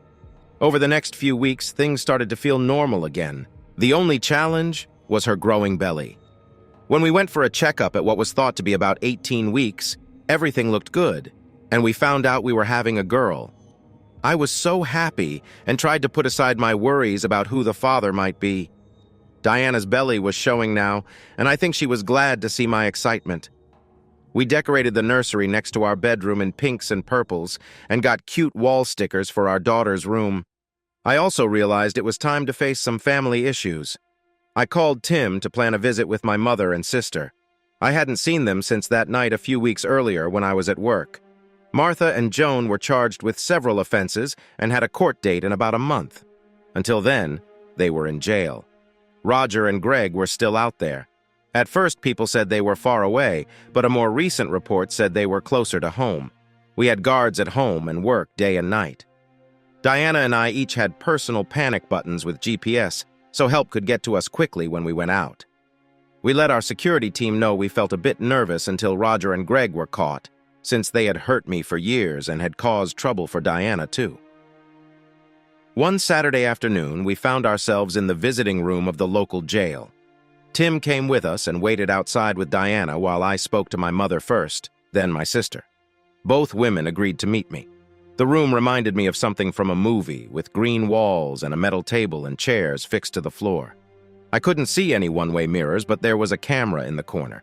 The officer who brought me in said they were only using video to keep everyone safe. About 5 minutes later, my mom came into the room. She was wearing brown coveralls and white shoes. She had handcuffs on, and they asked if I wanted her handcuffed to the bench too, but I said no. My mom looked different than I remembered. She seemed to have aged a lot in just a few months. Her hair was pulled back, but it was messy. Her eyes looked tired, and there were small scars on her lips. She sat down across from me, and the guard left, closing the door behind him. We just stared at each other for a moment. I wasn't sure who would speak first, but she did. "How's Diana?" I thought she would ask me about myself or say she was sorry, so her question about Diana surprised me. "She's fine. She's outside and pregnant." For a second, her expression became serious, then she relaxed. "Pregnant?" I didn't know if I should ask anything. "No, you don't. You lost every right to be my mother with everything you've done. You didn't help Diana or me. But to answer you, we don't know for sure. We hope the baby is mine, but after that night, it could be Roger or Greg's too." She nodded slowly, looking very sad. "Harry?" Her voice trailed off. I filled the silence. "Honestly, I don't know if I should call you Mom or Martha now." I felt so much anger towards her. "You hurt the woman I love. I've called you much worse in the last few months. Part of me wants to call you Mom, but I just don't think you deserve it." She nodded again. "Martha is fine. And before you ask, yes, we are keeping the baby no matter what. If the baby isn't mine, I will love it completely. It will have a better life than how your husband treated me." "This child will know love." "So Diana told you then?" "Yeah, it came out. How could you, Mom? I mean, Martha, it seems everyone knew I wasn't Roger's son except me. How could you keep that secret for all those years? I thought I looked different because of your family." She looked away for a moment and wiped some tears from her face. I didn't feel sorry for her. I had tissues in my pocket, but I wouldn't give them to her. When she looked back at me, it seemed like she was thinking about what to say next. Then she made a choice. She turned to the wall and started to tell me about my real father. When I was in my late teens, I had a boyfriend named George. He was a thin guy, really smart. He made me laugh and kissed me gently. We even shared important moments together. But not long after high school, George and his family moved away. We tried to stay in touch, but we both felt it wouldn't work, so we decided to break up. Back then, not many women went to college, so I looked for a job. I ended up working for a construction company as a bookkeeper. I wasn't the best at it, but I was good enough. While working there, I caught the attention of one of the workers. Roger and George were so different. George was calm and nice, while Roger was really excited and determined. He wouldn't take no for an answer. I started dating Roger, and after about 6 months, we grew closer. Soon, I discovered I was going to have a baby, and his dad insisted we get married. So we did. Then I had Greg. Not long after that, George came back to town. By then, Roger had started his business and was always busy. George found me, and we began talking again. It felt like we were back in high school. George made me laugh in ways Roger didn't. He gave me small gifts and made me feel important. I think this, along with Roger having a few glasses of wine, led me to be with George again. Well, I ended up expecting another baby. When Roger came home, I felt really guilty. I didn't tell him right away that I had been with someone else. When you were born, Roger was so happy. He had 2 sons now and worked hard for us. But he wasn't home much, so I did my best to raise both of you. Still, I knew you weren't Roger's child. I got a DNA test that proved it. I kept that secret from George and allowed Roger to be with me again, which led to Joan being born. I felt really guilty about that. About a month after Joan was born, you started growing quickly. Roger noticed you looked different. He kept asking questions, and eventually I told him I had been with another man and you were the result. She remembered that night with dread. Roger was very angry. I think what kept me safe was Joan crying and needing to be fed. I had to sit outside your room, rocking her back and forth to keep him from coming in and hurting you. After that, he left for about a month. I never heard from him again, but the money kept coming for food and the home, so I focused on caring for all 3 of you. When he returned, he wanted things to be like before, but when it came to you, he acted cold. He wouldn't talk to you. You were only 3 years old then. Once you went to him with open arms, wanting a hug. He reached for you, but when you got close, he hurt you. I had to rush over and pick you up while you cried on the floor. I took you to your room and tried to calm you down. When I came back out, he said if I wanted to keep you safe, I had to keep you away from him. He also told me not to tell anyone. He didn't want anyone to know he felt betrayed by me, so I kept you away from him as much as I could. I think you were about 8 when I heard Roger tell Greg to let you learn to stand up for yourself. Greg took after Roger and had his mean side, which is when you started facing bullying from him. I nodded. That made sense. Roger told me if I tried to stop it, both you and I would end up on the street. So I didn't stop Greg from hurting you. If he couldn't do it for some reason, Roger made sure I was punished too. Greg would hit me until my skin was red. Later that night, Roger would hurt me in other ways. I hoped you would run away. I'm sorry to hear about what happened. You didn't fight back. You stayed quiet. I admired your strength, but it made me sad that you didn't try to get away. I think part of it was that I didn't have anyone to help me. Roger, Greg, and Joan made sure of that. I was naive to defend Greg and hide my own pain. I thought families were supposed to protect each other. I learned it was not like that in our family, not even with my own mother. When I spoke up, she just nodded and said, "You're right." She sighed and admitted she wouldn't make excuses for her actions. She said I had every right to be upset and that I deserved to know the truth. I sighed too as she went on. When you got the scholarship, I felt so relieved. Finally, you could leave our family and find your own way. I was thrilled when you started dating Diana. She was amazing. She not only cared for you, but also stood up to your father, Roger, when he tried to pressure her. A small smile crossed her face. I was proud of her that day. Very few people dared to stand up to Roger. The only other time was when you filed for your patent. He was furious when he realized what that meant. I'm really sorry about what you went through that night. It was terrible. He hurt me badly, and so did Greg and Joan. I felt trapped in my own house for almost a week. I still had to do all the chores. They called me names, too. Do you want me to feel sorry for you? I asked. She laughed, but it was not a happy laugh. No, Harry, I don't want sympathy. I'm just sharing my story. I think that's when Roger started to try and take your money. I knew Diana had once worked for him, and he had a plan for both of you. Suddenly, you had nice cars and clothes, and you looked happy without sharing your money with the family. Roger believed he had the right to your money because he helped raise you, even if you weren't his own. When you got into a fight and left, he got even angrier. He started plotting something terrible. He wanted Greg, Joan, and me to help him take Diana and make her have a child. He thought if a baby was born, he could take your money for it. But Mom, that's not fair, I said. I know, sweetie, but that was his idea. One day, when Diana came for the DNA results, Joan acted quickly. She called Roger and Greg back while she put something bad in Diana's drink. When Diana passed out, Joan slapped me, telling me to keep quiet. I feel awful for not saving Diana. When Roger and Greg came home, they hurt her. I told Mom. For the first time, I saw real tears in her eyes. They weren't for herself. Roger made all of us do terrible things. The boys took turns with Diana while she was out from the medicine. I was stuck in another room waiting for them to finish.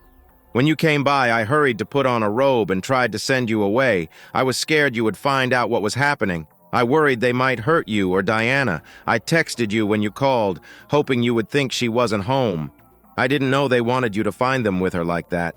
I am really sorry for everything.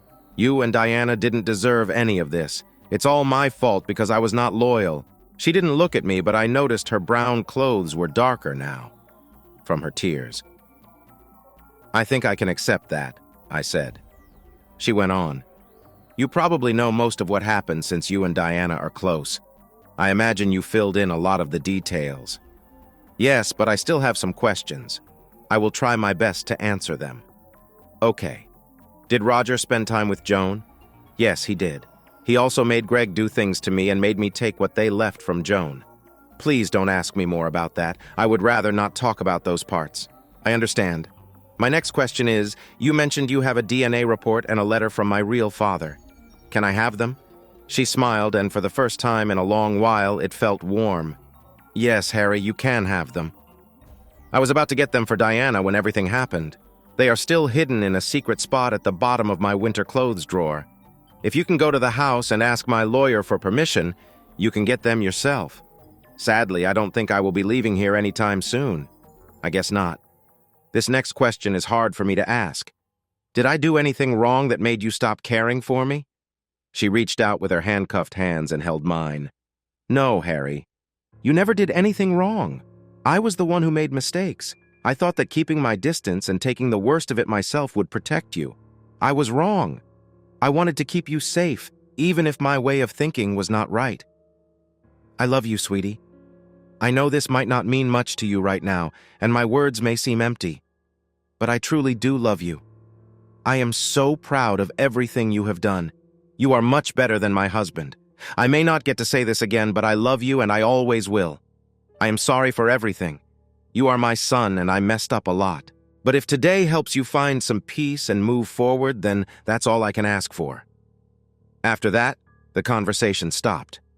Mom pulled our hands back and we looked at each other for a moment.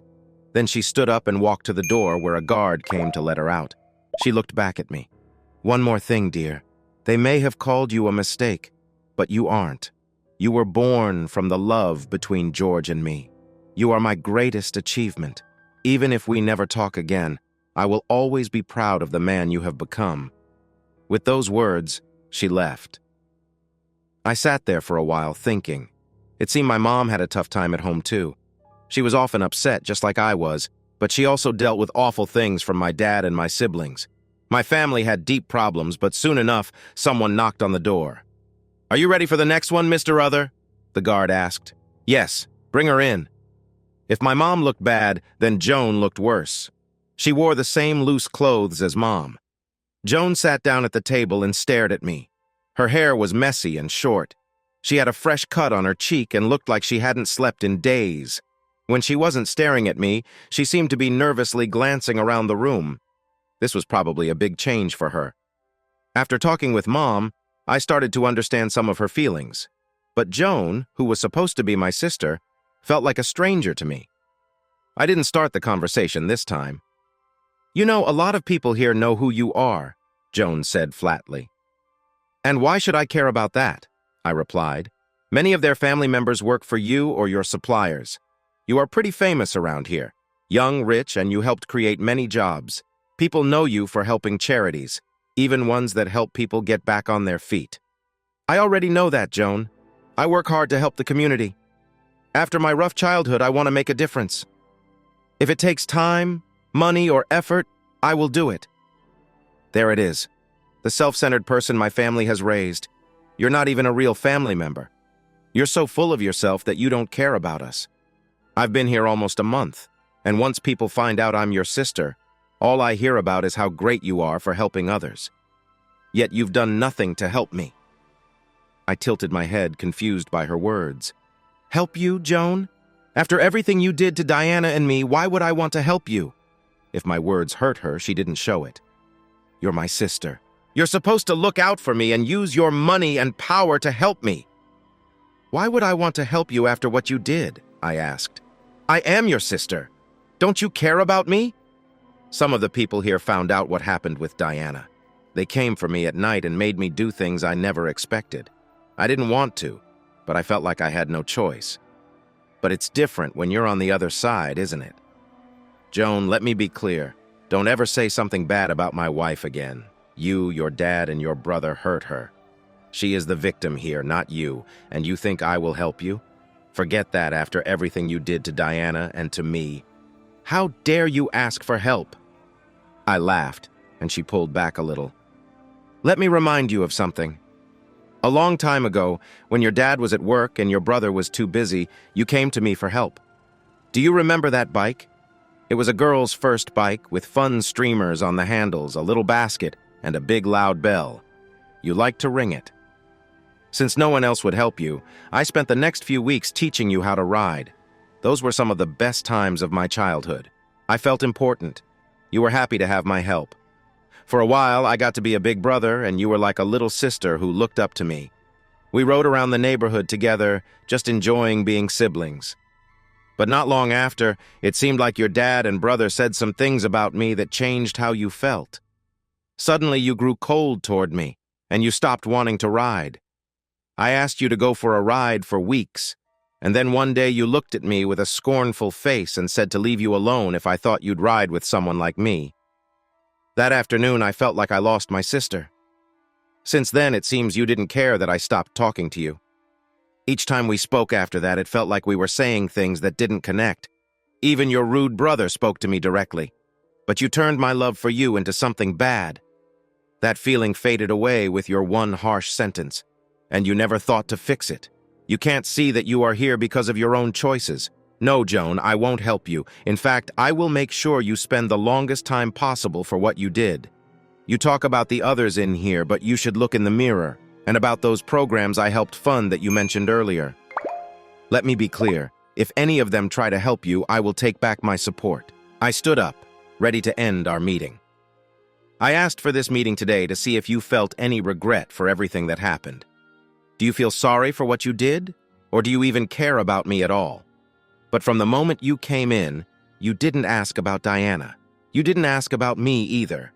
You didn't even try to say you were sorry. All you cared about was yourself. No, Joan, you are done in my life. Get used to these walls because you will be here for a long time. About money, you will never get a cent from me when I leave this place. If I have my way, we will never see each other again. I took a small object from my pocket and placed it on the desk. It was a little figure of a bike, like the one I taught you to ride. I will leave you with this to remember the better times when we were brother and sister learning to ride together. I will mourn the sister I lost that day. I will always remember the fun we had on our bike, but I know you will remember me for a long time. Goodbye, Joan, and stay away from me. I knocked on the door and the guard let me out. My last glance at Joan showed her looking down at a small bike figurine on the table in the waiting area. Diana and Tim were sitting quietly, chatting. They stood up when I walked over. Diana wrapped her arms around me tightly, her big, pregnant belly pressed against me. How did it go? Tim asked. In some ways, just as I expected, but in other ways, very different, I replied. I think my mother really regrets everything that happened. She never asked for help or pointed fingers at anyone else. Instead, she wants to take the blame for it all. From what she said, Roger, Greg, and Joan have hurt her more than Diana and I combined. Diana gasped. What surprised me was that her first question was about Diana. I looked down at my wife, smiling at her. Joan, on the other hand, just wanted me to free her. She didn't try to make amends or ask questions. I think Roger has filled her mind with terrible thoughts about me, and I will ensure that Joan is held responsible. I nodded toward the prison walls in my mind. She can stay there. We talked for a while, and I noticed Tim seemed like he wanted to say something important. Guys, I got a report that one of the trucks from Roger's place was stolen last night. Security cameras showed two people who looked a lot like Roger and Greg breaking in.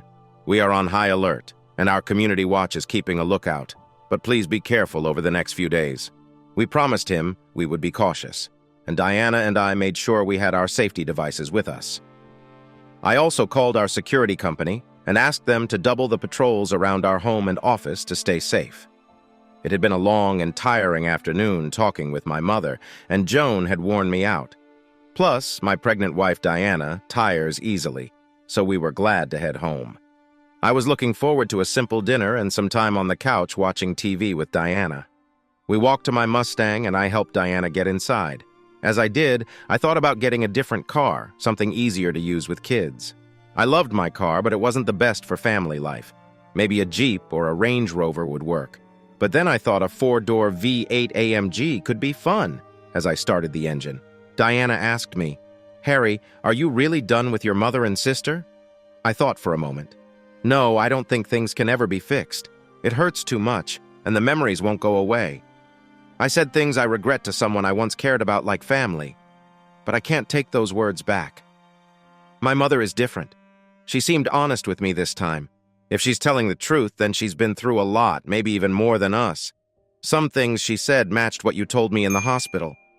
Then I suddenly remembered, oh, she told me where I could find the DNA report and a letter from my real father. I felt a wave of sadness. She also said that my true father was the love of her life. I wasn't sure if she truly loved Roger or if she was just with him for the kids. I had my own thoughts about Roger. Part of me wanted to understand her better. I thought she cared about us, but maybe she felt stuck. We were sitting at a red light when the moment happened. The roads were clear and we were chatting about our day. We were tired but happy to move on. Suddenly, a big truck came right at us instead of going through the light like it should have. It swerved toward us, its lights glaring on my door. I recognized Greg with a wild grin, and beside him was Roger yelling, "They say sometimes time slows down and you see flashes of your life." For me, everything did slow down, but I didn't see my past, which was a relief. It gave me a moment to react. Greg's truck was headed straight for my side. In just moments, it would crash into my door, possibly hurting me badly. It was serious. I had to act quickly. I didn't want Diana, who was sitting next to me, to get hurt. I pressed the gas pedal down hard. The Mustang roared to life, and I sped through the intersection. But it wasn't enough. The truck was going fast, and I was starting from a stop. It hit the back of my car near the rear wheel. "Hold on!" I shouted to Diana. The crash was loud, with metal screeching and plastic cracking. We spun out of control. The Mustang tried to move forward, but now we were sliding sideways. We spun around once, then twice, nearly a third time before finally stopping. Diana and I stared at each other, stunned. "Are you okay? Are you hurt?" I asked. She shook her head. "I don't think I'm hurt. Are you okay?" "Yeah, I think so." I reached for my emergency button and showed it to Diana. She did the same. When we pressed the buttons, the small lights on each lit up. Hopefully, help would come soon. "It's Roger and Greg. They hit us." I turned to see where the truck ended up. It was almost right in front of us since the Mustang had turned around. We were lucky not to roll over the raised part of the road on the other side. The truck had crashed into the traffic light pole after hitting my car. I saw Roger and Greg getting out of the truck, looking a bit stunned. I wasn't sure if we should stay in the car, try to run, or talk to them. Staying inside felt safe. The windows were still intact, which surprised me after such a hard hit. My driver's side window was cracked badly, though. Running away didn't feel safe since Diana was pregnant, and I didn't want to face two men at once. Honestly, I wasn't sure I could handle even one of them. I thought it might be best to buy some time and talk to them if I got out of the car. Help might arrive before things got worse. I decided to try that. "Stay calm. Please trust me," I said to Diana. I opened the door and stepped outside, being careful to avoid the mess all around us. Parts of my Mustang and bits from the truck were scattered everywhere. I walked to the passenger side, wanting Roger and Greg to see me, but I acted like I hadn't noticed them yet. I had to stay calm and make them think I didn't know who they were. Time was on our side. I walked over to Diana's door and opened it, helping her to her feet. Then I turned to face the two troublemakers and paused. They looked relaxed but tired, their faces worn and their beards messy. Their clothes were old and torn. It seemed like they had lost a lot of weight, almost like they had given up their jobs. There was a wild look in their eyes, and that made me nervous. But what scared me the most was what they had in their hands. Each held a cheap-looking but dangerous shotgun. I moved Diana and myself behind the car door, using it as a small shield. They were still about 30 meters away, but with guns, you never know. Well, if it isn't the error and the unwanted one. What a surprise to see you here," Greg said, pointing to my car. "Looks like you've had an accident." "Lucky us." His smile seemed friendly, but it felt dark, too. "That's enough, Greg," Roger shouted, turning to me. They were holding their guns loosely for now. "You owe me, boy. Both you and your friend. You shouldn't have gone to the police. You were supposed to listen to me, not run away, and definitely not tell the cops. After everything I've done for you, treating you like family, you owe me." "I owe you nothing," I replied, feeling my anger rise. I knew I shouldn't have responded, but I couldn't help it. "Nothing? What about all the years I took care of you, fed you, and let you live?" he shouted. I stepped closer, pushing aside the threat of their guns. My anger was boiling. I was ready to stand my ground. "And what about all the years of pain, the beatings, the bruises, the neglect? You were a terrible father." He laughed. "Haven't you figured it out? You're not my son. You never were. I let you live because of my kindness. But that was all I had to do. My wife betrayed me while I worked hard for our family. She kept it from me until it was too late. You're a mistake. Unwanted. Like trash stuck on my shoe that I can't scrape off." He waved his gun, but didn't aim it at me. When he saw my face, he noticed I wasn't shocked by his words. His eyes narrowed. "So, someone must have told you the truth. Was it your mother, or the woman next to you now? Like she's some saint. Has your wife told you she was unfaithful before you even met? How she slept with her own uncle and was unfaithful during your whole marriage?" Diana started to say something, but I couldn't help but laugh. "Wow, just wow. You are one of the saddest people I have ever met. My wonderful wife and my unfortunate mother have told me that the harsh person in front of me is not my father. Yes, Diana and I have talked about her past. I know the truth. I admire her strength, even after everything she's gone through. But I was the one who realized that you were never my dad. True fathers care for their children. Whether they are biological or not, they are part of their family. They help them grow, celebrate their achievements, and comfort them when things go wrong. So no, you were never my father. And honestly, I don't feel sad about that. But you know what's worse, Roger? What's worse is that you are so full of yourself that you can't see how you've hurt your other children, too. I know the truth, not the lies you tell. Oh, aren't you clever? But that doesn't change the fact that you still owe me something." He raised the shotgun, and I stepped out from behind the door, telling Diana to stay back while I lifted my hands. If I was going to be hurt, I wanted to protect her. "So what's this? Is this your messed-up way of trying to get money from me? If you want to scare me, then trying to kill me is a really foolish idea." He laughed. "You don't understand, do you? That baby growing in Diana is either mine or my real son's. So if you die, my child will get your money and I win. That's a foolish way of thinking. Long before all this began, I made sure you would never get any of my money. I thought you would understand why you can't have it. It's because you treated me badly my whole life. I set it up so that no one in your family could touch it if something happened to me. After you hurt Diana, I made sure my money would go elsewhere, to make sure you end up in a place where you can't hurt anyone ever again." I thought I was getting through to him, but Roger just laughed manically. He pointed at Diana, who was hiding behind the broken car door. "I was with her, we all were, but she kept it all to herself. And while you act tough, I know you're hurting inside, because we embarrassed you as a father. Your mother was part of that too. Your sister made her sick. and Greg and I made her pregnant. He stepped closer, and Diana went pale, shrinking back behind me. Roger stopped a few feet away. Face it, boy, you'll die knowing that a better man beat you. I threw my head back and laughed, feeling wild. I needed more time and had to take a risk. It could save Diana. I let out a loud laugh that filled my lungs. Roger and Greg paused, and Diana jumped, looking shocked. Roger, you are such a fool. Do you know that? That baby isn't yours or Greg's. It's mine. You hurt my beautiful wife. But she was already pregnant. We have been talking about a baby for over 2 months. She went off the pill a month before that. We were together often, and the doctors say I'm very healthy. Diana and I were together twice that day before your daughter gave her drugs. I noticed their clothes. We all know you both aren't great when it comes to romance. You might think you're good at it, but I doubt either of you could connect with a woman like my wife does. I had teased them, saying I was better in bed.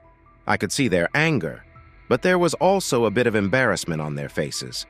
I spotted lights in the distance, but I wasn't sure they would arrive in time. I was about to do something risky. I raised my hand as they pointed their guns at me. "Wait, stop!" I said, trying to sound calm but a bit wild. They lowered their guns a little, but I couldn't resist taking another shot. "Roger, did your mom need help to have Greg and Joan?" I heard my real father gave her everything she needed. They said he was quite charming. She really liked him. I guess you don't do much to please her. I smiled, knowing Roger just needed a little push before he would break, and I had to act quickly. "I heard you were so bad that she needs a lot of help. It surprised me because you don't seem very impressive. A son shouldn't know too much about his mom's life. But I found out this afternoon that you struggle to please a woman even when she wants you close. When Mom gets out of prison, she might leave you to find my real father, George." I had stirred them up like I wanted, keeping their focus away from Diana. Roger raised his gun at me and Greg tried to do the same. George Daniels isn't half the man I am. He's not very sharp. But once I'm done with you, I'll know who to go after next. His finger pulled the trigger and I jumped to the side. He thought I would move away from Diana, but instead, I lunged straight at him, landing among some car parts on the ground. I got hit by some pellets. My right shoulder and back hurt badly, but I couldn't stop. Our lives might depend on what I did next. I needed to get out of his reach. I landed in a pile of car parts, including a piece from a rear wheel. Without thinking too much, I grabbed that part and threw it at where I thought Greg was. Greg fired his gun, but he missed me.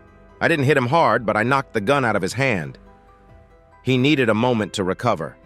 I knew I had only a short time left, so I took the next piece I could reach, which was part of my broken Mustang's tailpipe. If you've seen them, they have sharp metal edges sticking out. I was now very close to Roger. I held the tailpipe tightly and pointed it at him. By then, Roger had loaded another bullet and aimed it right at my face as I stood up. He wanted to end it. "Goodbye, boy," he shouted. I lifted the tailpipe just as he pulled the trigger. The shot missed me but went off right next to my left ear. Let me tell you, shotguns are loud. I had no time to think. I had to act because danger was very close. Now I was right in front of the shaky Roger. I pushed him back with the tailpipe. He fell to the ground and I kept moving. I pointed the sharp end down like a spear. This man had tried to ruin my life and hurt everyone I cared about. I was ready to end this with all the pain and anger I had felt for years. I aimed with all my strength. Roger looked shocked as he saw what was coming. His shotgun was too far away for him to grab, and even if he could, it wouldn't help him since it had no bullets in it. My anger was strong. Roger knew this was the end for him. The moment felt slow, like the crash before, and I could see the finish line approaching. But just as I was about to strike down with my makeshift spear, I was hit hard from the side. Greg had dropped his gun and charged at me, throwing me off balance. As I rolled away, I saw lights approaching for help, but I still worried if they would get here in time. I found myself facing two people again, and I was unsure if I would escape alive, but at least Diana would be safe. I felt dizzy from my shoulder and back injury. Greg was back on his feet and looked very angry. Big mistake. I was ready to fight. I would take him down before he knew what hit him. I wasn't sure how to get past him. Greg was almost double my size even after running away for a few months. I was hurt and bleeding. My only advantage a moment ago was that he didn't see me coming. Plus, Greg was a skilled fighter. I felt hopeless. He was just waiting for me to stand up because he knew he could hurt me again. But then luck turned in my favor as I put my hand down. I found Roger's abandoned shotgun. A spark of hope filled me as I stood up, picked it up, and loaded the next shell. I aimed it at Greg. He charged at me, snarling with something sharp in his hand. "Forget you, Greg," I shouted and pulled the trigger. He never saw it coming, and the pellets hit him in the chest. He collapsed.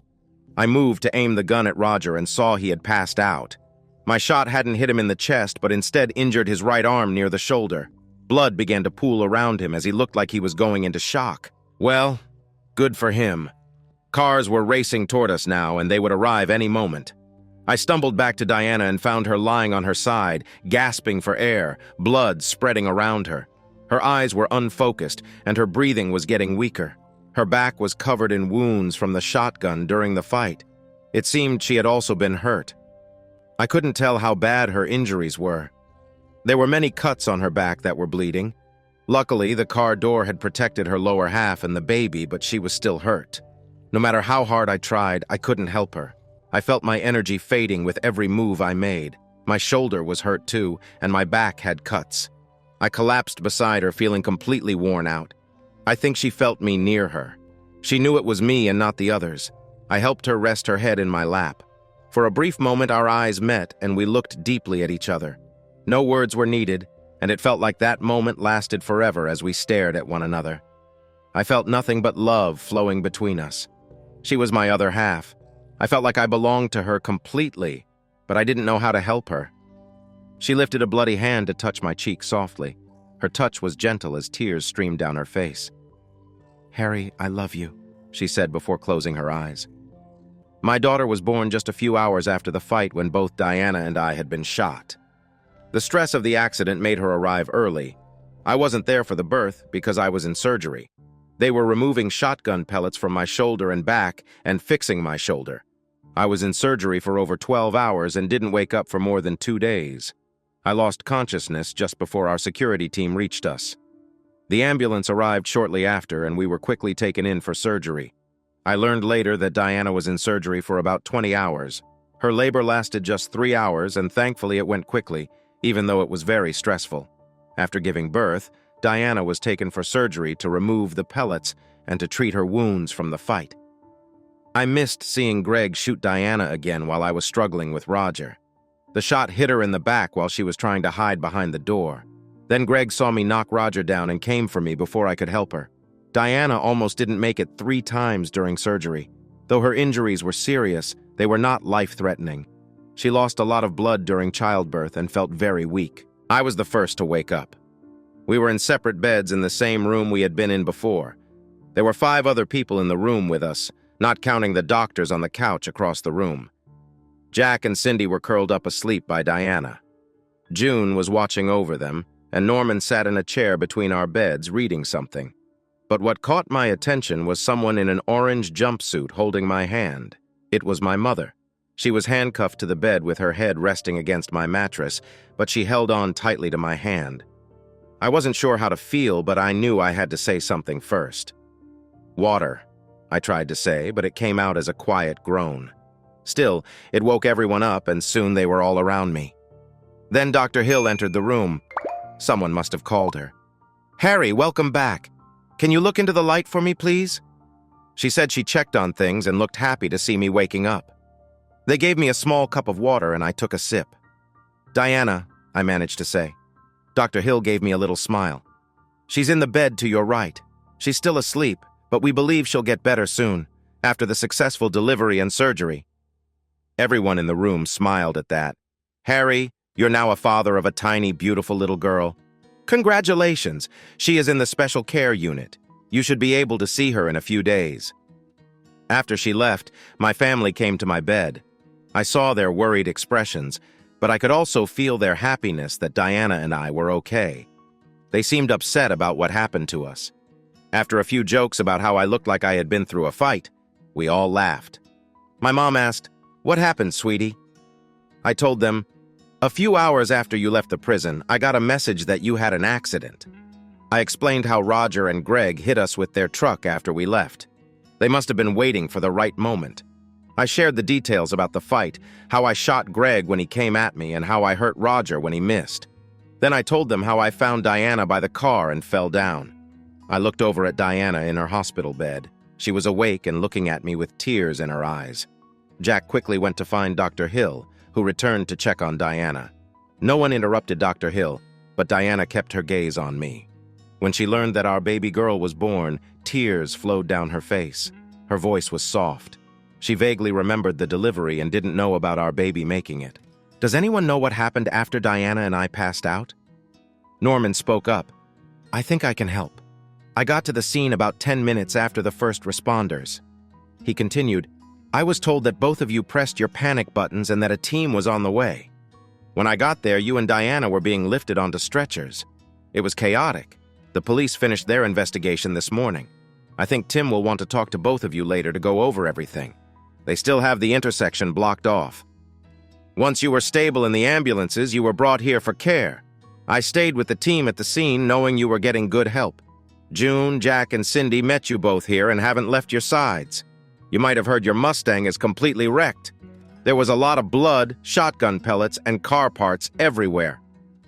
When people heard about the accident, the fight, and the shotguns, the media went crazy. And when they found out it was local hero Harry, our city's youngest millionaire, they were frantic. I've been getting calls from the media all day. I've even had movie studios reach out. They want to buy the rights. Even with my injury, I laughed a bit. Diana chuckled too. Who would want to buy the story of my life? It hasn't been easy, and it's so sad, I wondered. Norman, what about Roger and Greg? Norman stopped for a moment and looked at Martha. My mom nodded. Greg died right there. The ambulance tried to help him, but his injuries were too serious. The police have some ideas about what happened. I don't think they will charge you since it looks like you acted in self-defense. Our lawyers are already checking into it. There's a traffic camera that caught most of it. The video isn't great, but it matches what you just told us. I'm sure the police will want to talk to you about it. I nodded. I had really disliked Greg, and I wanted him to pay for all the hurt he had caused me. But I wasn't sure how I felt about being the one who ended his life. Surprisingly, it was my mom who helped me with this. I was handcuffed to my hospital bed, and a police officer was standing outside. Harry, don't blame yourself. It was always going to be you or him. I am sad I lost a son. I know he got what he deserved, and I also know you are still alive. When you told us what happened, even though I cared for Greg, I think I would have done the same thing to save you. She started to cry, and I held her hand tight. Mom, why are you here? She wiped her tears, but still sobbed. Norman and Tim suggested it. I'm set to be sentenced next month. But when I heard you and Diana were in surgery, they asked if I would come see you before my court date. I hate what we did to you and Diana. I meant it when I said I would carry this shame forever. But when they brought you in, I lost control. So they brought me here. She lifted her handcuffed hands and leaned closer. I'm so sorry for everything I did. I'm sorry to you too, Diana. I wish I had been the mother you both needed. I should have protected you from Roger, from Greg, from Joan. I should have left with you both and told them to go away. I know I don't deserve your forgiveness, but I will always love you. Now that you're both awake, I'll ask them to take me back. Before I could think, I raised my hand with the IV line hanging from my wrist. This was going to be hard. Mom, I forgive you. I know we have a lot to deal with, and our family may never be the same, but I forgive you. She cried. I could see that it was more than she hoped for, and I was surprised I was ready to forgive. As I thought about everything people had shared with me in the last few months, I realized something important. My mom had also gone through a lot because of Roger and his kids. She had been hurt and scared. She felt she had to do what he said to protect herself and keep me safe. She was forced to be with two of her children in a very wrong way and even went to jail for her part in it all. I felt that I should try to forgive her. What about Roger? Norman seemed to smile when he answered. Well, he's still alive, but he lost his right arm and a lot of blood after you hurt him with that car part. He has already had 2 surgeries and will need 2 more because his arm is infected. The police are also watching him, so he may never be free again. My mom spoke up again. I talked to my lawyer. Once Roger gets better, I plan to divorce him. He cheated on me, treated me badly, and there are other reasons too. I'm not sure what will happen in court, but I should have done this a long time ago. I know I still have to serve time in prison, but at least I won't have to deal with him anymore. I never really loved him. I stayed because of the kids. I didn't know how to leave. The divorce might not give me much, but it will set me free in a way." Just then, June handed me a manila envelope. Inside was a folded piece of paper and another envelope. "Is this for me?" I asked. June nodded and added, "Mom said to give this to you when the police brought her here while you were asleep. Martha asked me to find these for you." I looked at my mom and she gave me an encouraging nod. Everyone watched as I opened the DNA test results. I felt confused about what I was reading. My degree was in chemistry, not biology, so I decided to put it away for now and could ask someone for help later. The next thing was a letter. I opened it and began to read. "Harry, if you are reading this, you have been told that Roger is not your real father. My name is George Daniels, and I need you to know that I am your true father. Your mother and I dated in high school, but life took us in different directions. We met again for a short time, and that is when you were conceived. Your mother was already married and had a child, so we decided to end our relationship. I hope to watch you grow from afar. I would like to meet you someday and introduce you to my family. I hope you are proud of us. We are smart and hardworking. We all enjoy a good challenge, and I hope you will get that from me. Harry, you are my first child, and I don't know if you have any siblings by the time you read this. If you do, I hope we can all meet together. You will always be in my heart. Much love, always, your father, George Daniels." I felt like I had been going back and forth between anger and sadness for these last few months. Tears filled my eyes, but this time they were tears of joy. I finally had a real father. I showed the letter to my mom, and she cried too. Then I called over Jack and Norman to show them the letter. A few months ago, Diana had mentioned George's name, and I felt like Jack confirmed it. "Harry, George is my older brother. There's a big age gap, but that's definitely his handwriting. So this means I'm your uncle." I looked at Norman. "That makes you my second cousin." I felt grateful for both of them since they had helped me in high school. "I've always thought of you as family." "Wow, I can't get away with anything now," I joked. We all laughed. Mom looked at Jack in surprise. "George is your older brother?" Jack nodded. For a few minutes, we listened to them share stories about the George they knew. Soon after, Tim walked in with another officer. It was time to take my mom back to prison. She looked at Diana and then at me, waiting to be unchained and handcuffed.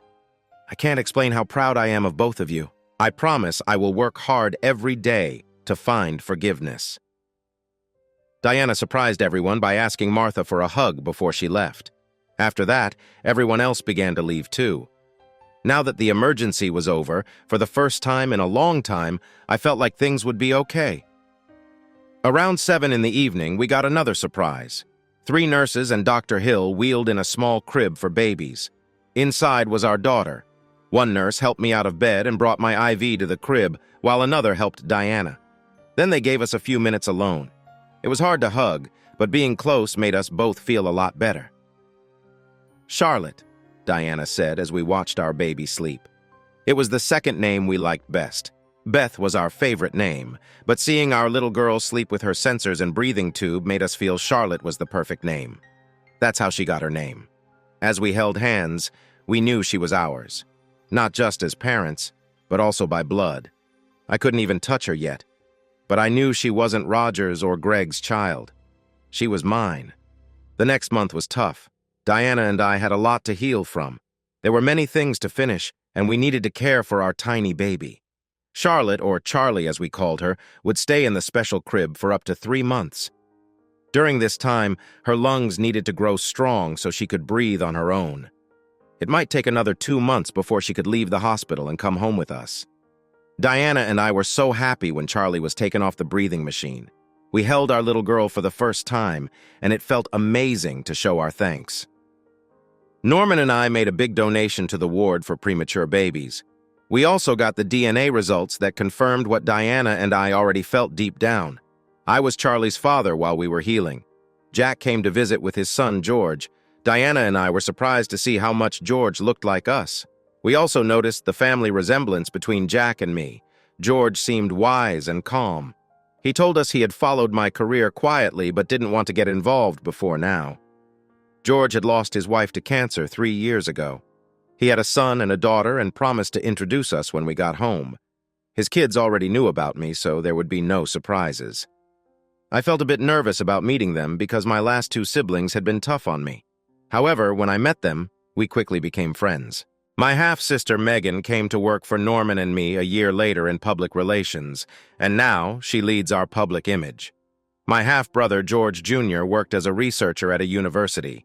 He loved to share a glass of wine and talk about new ideas. Before we left the hospital, we had to go to a court hearing for my family. The hospital staff, including Dr. Hill, Norman, Jack, George, June, and Cindy, took Diana and me there. We had security with us the whole time. We sat at the back of the courtroom. We might have needed to speak as witnesses since we were part of the case. My arm was in a sling and my back was really itchy, but I was doing okay overall. Diana had some back pain too, but it was starting to get better. The three people on trial came in one by one. Roger and Joan had public defenders, but I had kept one of my lawyers to assist my mother. The judge tapped his gavel and started the hearing. He thanked everyone for being there and reminded us that this was a closed court. He explained that we would talk about serious matters, and because of this, we needed to be careful. He noted that each of the three people on trial had their own lawyers and wanted to be tried separately. The judge asked if the prosecution agreed. An elderly man with several helpers stood up and replied to the judge. They did agree. This was a criminal trial, not a civil case. It was the state against the accused. First was Joan. She looked a little better than the last time I saw her, but still not great. She wore a simple suit, like one you might find in a thrift store, and had no makeup on. She looked at me a few times. The first time she seemed surprised to see me. The second time she looked angry when she noticed I wouldn't help her. Later, while the judge read his decision, she continued to stare at me, but I couldn't figure out what she felt. The lawyers talked about the charges and explained what they meant. Diana was called as a witness, but our legal team had already prepared a statement, which the judge accepted along with all the evidence given.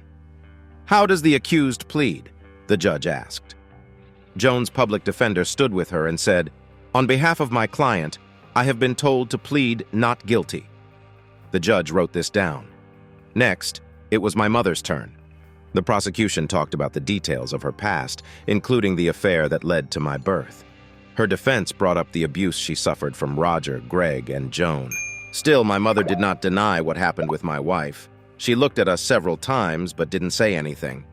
With all the evidence presented, the judge asked again, "How does the accused plead?" My mom and her lawyer stood up and the lawyer said, "On behalf of my client, I have been told to plead guilty." The judge noted this. Then it was my former father's turn.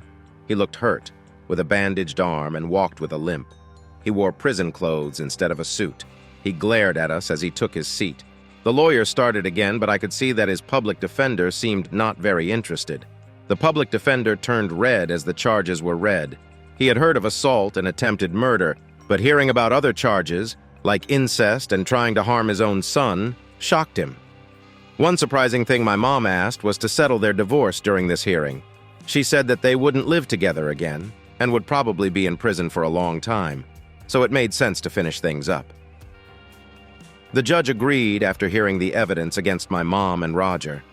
There wasn't much to defend Roger. A few prepared statements were read, and it didn't look good for him, even when they talked about why the divorce was happening. The evidence made Roger look like a bad person. "How does the accused plead?" asked the judge. Roger and his lawyer stood up. "On behalf of my client, I say he pleads not guilty." "Noted," replied the judge. "The court will take a break until 3 this afternoon when I will announce the decision and punishment." He hit his gavel and left. George was waiting for us outside, and he and Norman took us to a small cafe that looked a bit worn down. They said it had the best toasted sandwiches and milkshakes. George mentioned that he had taken Norman out for lunch there when they were kids, along with our hospital and security team. The place was almost full, but the guys were right. The toasted sandwiches were great. Finally, at 3, we all headed back to the courthouse. The judge returned and called us to order. This case has clear bad guys and victims. However, there are also some good people who don't get enough credit. Today, we have heard many stories about those connected to the 3 accused here, and I must say, it has been hard for me to decide what is fair and what punishment is right for each of them. On one side, we have a family that could be torn apart by a wife's betrayal. The effects of this may last for a long time. On the other side, the family reacted with violence and abuse instead of just separating, which is what any normal family would do. When we think about how people were manipulated over a long time and the threats made to lives, including those of children, it is shocking. This behavior has led to at least one death. Each accused person has asked to be tried and sentenced separately. This has happened, and my decisions today reflect that. I ask that the accused and their lawyers stand. In the case of the state versus Joan, this court finds you guilty of all charges and sentences you to at least 12 years in prison. You won't be eligible for early release for at least 8 years because you do not show regret for your actions. I will send a letter for assessment to the parole board to consider when reviewing you for early release.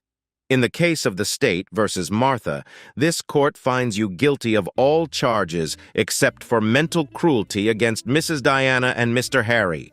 The court recognizes your guilty plea and acceptance of your actions. I also have a sworn statement from your son, Mr. Harry, and your daughter-in-law, Mrs. Diana, confirming your good character. When the truth came out, the final court decision was made. This court understands the pain and struggles you faced while living in that house. So, Mrs. Martha Other will spend 5 years in prison, with the option to apply for early release after 1 year. As for you, Mr. Roger Other, this court finds you guilty of all charges. You will be sentenced to life in prison with no chance for early release because your actions toward your wife, Mr. Harry Other, and your late son were very cruel and hurtful. In closing, I want to acknowledge the bravery of Mr. Harry Other and Mrs. Diana Other. Through the evidence we heard, we saw the many traps set against them, yet they stood together when it would have been easy to walk away. They chose to stick together, and we are thankful to have them with us. Bailiff, please take the defendants into custody. The judge's gavel struck down, marking the end of the trial, and the decisions were made. A few months later, we finally brought Charlotte home. That afternoon, we held a big party at our house. Our friends, some co-workers, and almost all of George's family came to celebrate. Everyone agreed that Charlotte was the most adorable baby. We visited my mother once a month, sometimes bringing Charlotte with us. My mom was in a low-security prison and was overjoyed to hold her granddaughter. Each visit brought tears of joy as she embraced Charlotte, trying to make up for lost time. Mom began working with support groups in prison to help herself and others facing similar challenges.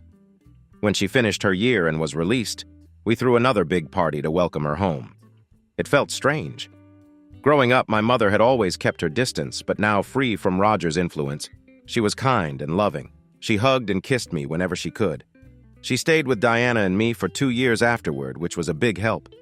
Charlotte was just over a year old when we learned Diana was pregnant again. Having Grandma around was wonderful. After her release, Mom visited Joan every couple of months. However, I heard that Joan was still focused on herself, and my mom grew tired of her blame and excuses.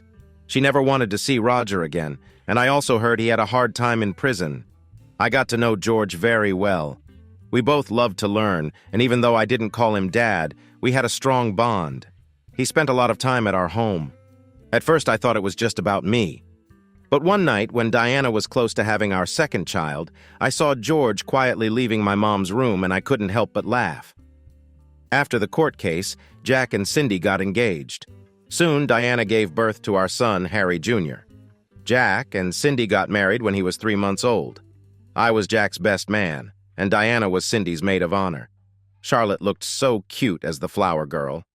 We learned soon after the wedding that Cindy was going to have a baby, so they would welcome their first child within 6 months of getting married.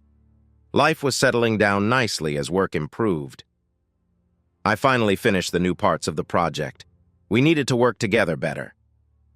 It had been over a year since I started it, and completing it felt fantastic. Our business also grew, and more companies wanted to buy our products. Diana and I continued to support one another. Like all couples, we had our disagreements. Sometimes we bickered over little things, like a messy kitchen or forgetting to pick up milk. But we never let our anger get in the way of talking things out. One funny trick we learned was to lighten the mood during a disagreement. If we were arguing, we would change into comfortable clothes before we continued. We found that being more relaxed helped us talk calmly about what was really bothering us. After everything we went through in the beginning, we did face some difficulties with sharing our feelings. It wasn't really a trust issue, but sometimes we touched on sensitive topics that could upset either of us. One good thing was that Diana liked to stay close to me. Within 5 minutes away was ideal for her. We kept visiting a counselor for years. The offer from the studios was real, and a TV studio turned our story into a drama. I liked the actor who played me. He was much stronger than I, but still managed to look a bit goofy. They did a great job capturing Diana's character, too. We used the money we earned each year to support programs that help people affected by violence. We learned that not only men can hurt women, it can happen the other way around, too. We wanted to help those who were suffering. One Saturday morning, years later, we sat down to plan Charlotte's 10th birthday party. My mom walked in looking a bit sad. She had George with her, and I could see they were becoming close. Maybe my mom and dad could start seeing each other again. But then again, anything is possible. "What's wrong, Mom? You look really down," I said. "Someone passed away, and honestly, I'm not sure I care," she replied. "Was it Roger?" Diana asked. Mom just nodded. "You know what, Mom? Think about the good times. We've all moved on from the hard moments. He tried to pull us apart, but he actually made us stronger together." "That's the problem, Harry. I can't remember any good times with Roger. And that makes me sad. I wasted so much time. Life is never fair," she said, quoting one of Roger's old sayings. Later that evening, I lay in bed waiting for my beautiful wife to join me. When she came in, I was excited to see her.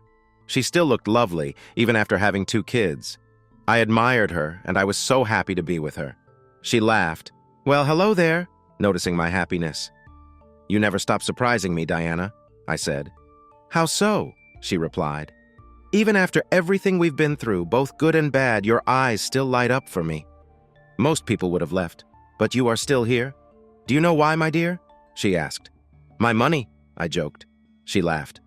"No, my lovely personality," she said with a smile. "Nope. Then it must be my skills in the other room." "That's a bit strange," she paused to think. "Well, that's true, but no." "Okay, you tell me," I said. "Harry, you never ran away when things were tough. You always came to me, so I will always come to you. No woman has been luckier than I am." I smiled, but then frowned. Life keeps throwing things at us, both good and bad, doesn't it? "Are you feeling down because of the news about Roger?" she asked. "I guess so. From being a kid to meeting you, starting the company, and everything around Charlie's birth, Roger was there in some way. I disliked him, but a part of me wished he could have cared for me like a father. Now he's gone. Don't think that way, my love. Don't compare him to you. You faced every challenge he gave you. You not only faced them, but grew stronger. And unlike him, you got the girl. When your wife tells you that, you're right. You should never argue, especially when she shows you just how much she cares for the next hour." Thanks for listening to One Infidelity Hit. If you liked what you heard, don't forget to hit that subscribe button and drop us a like.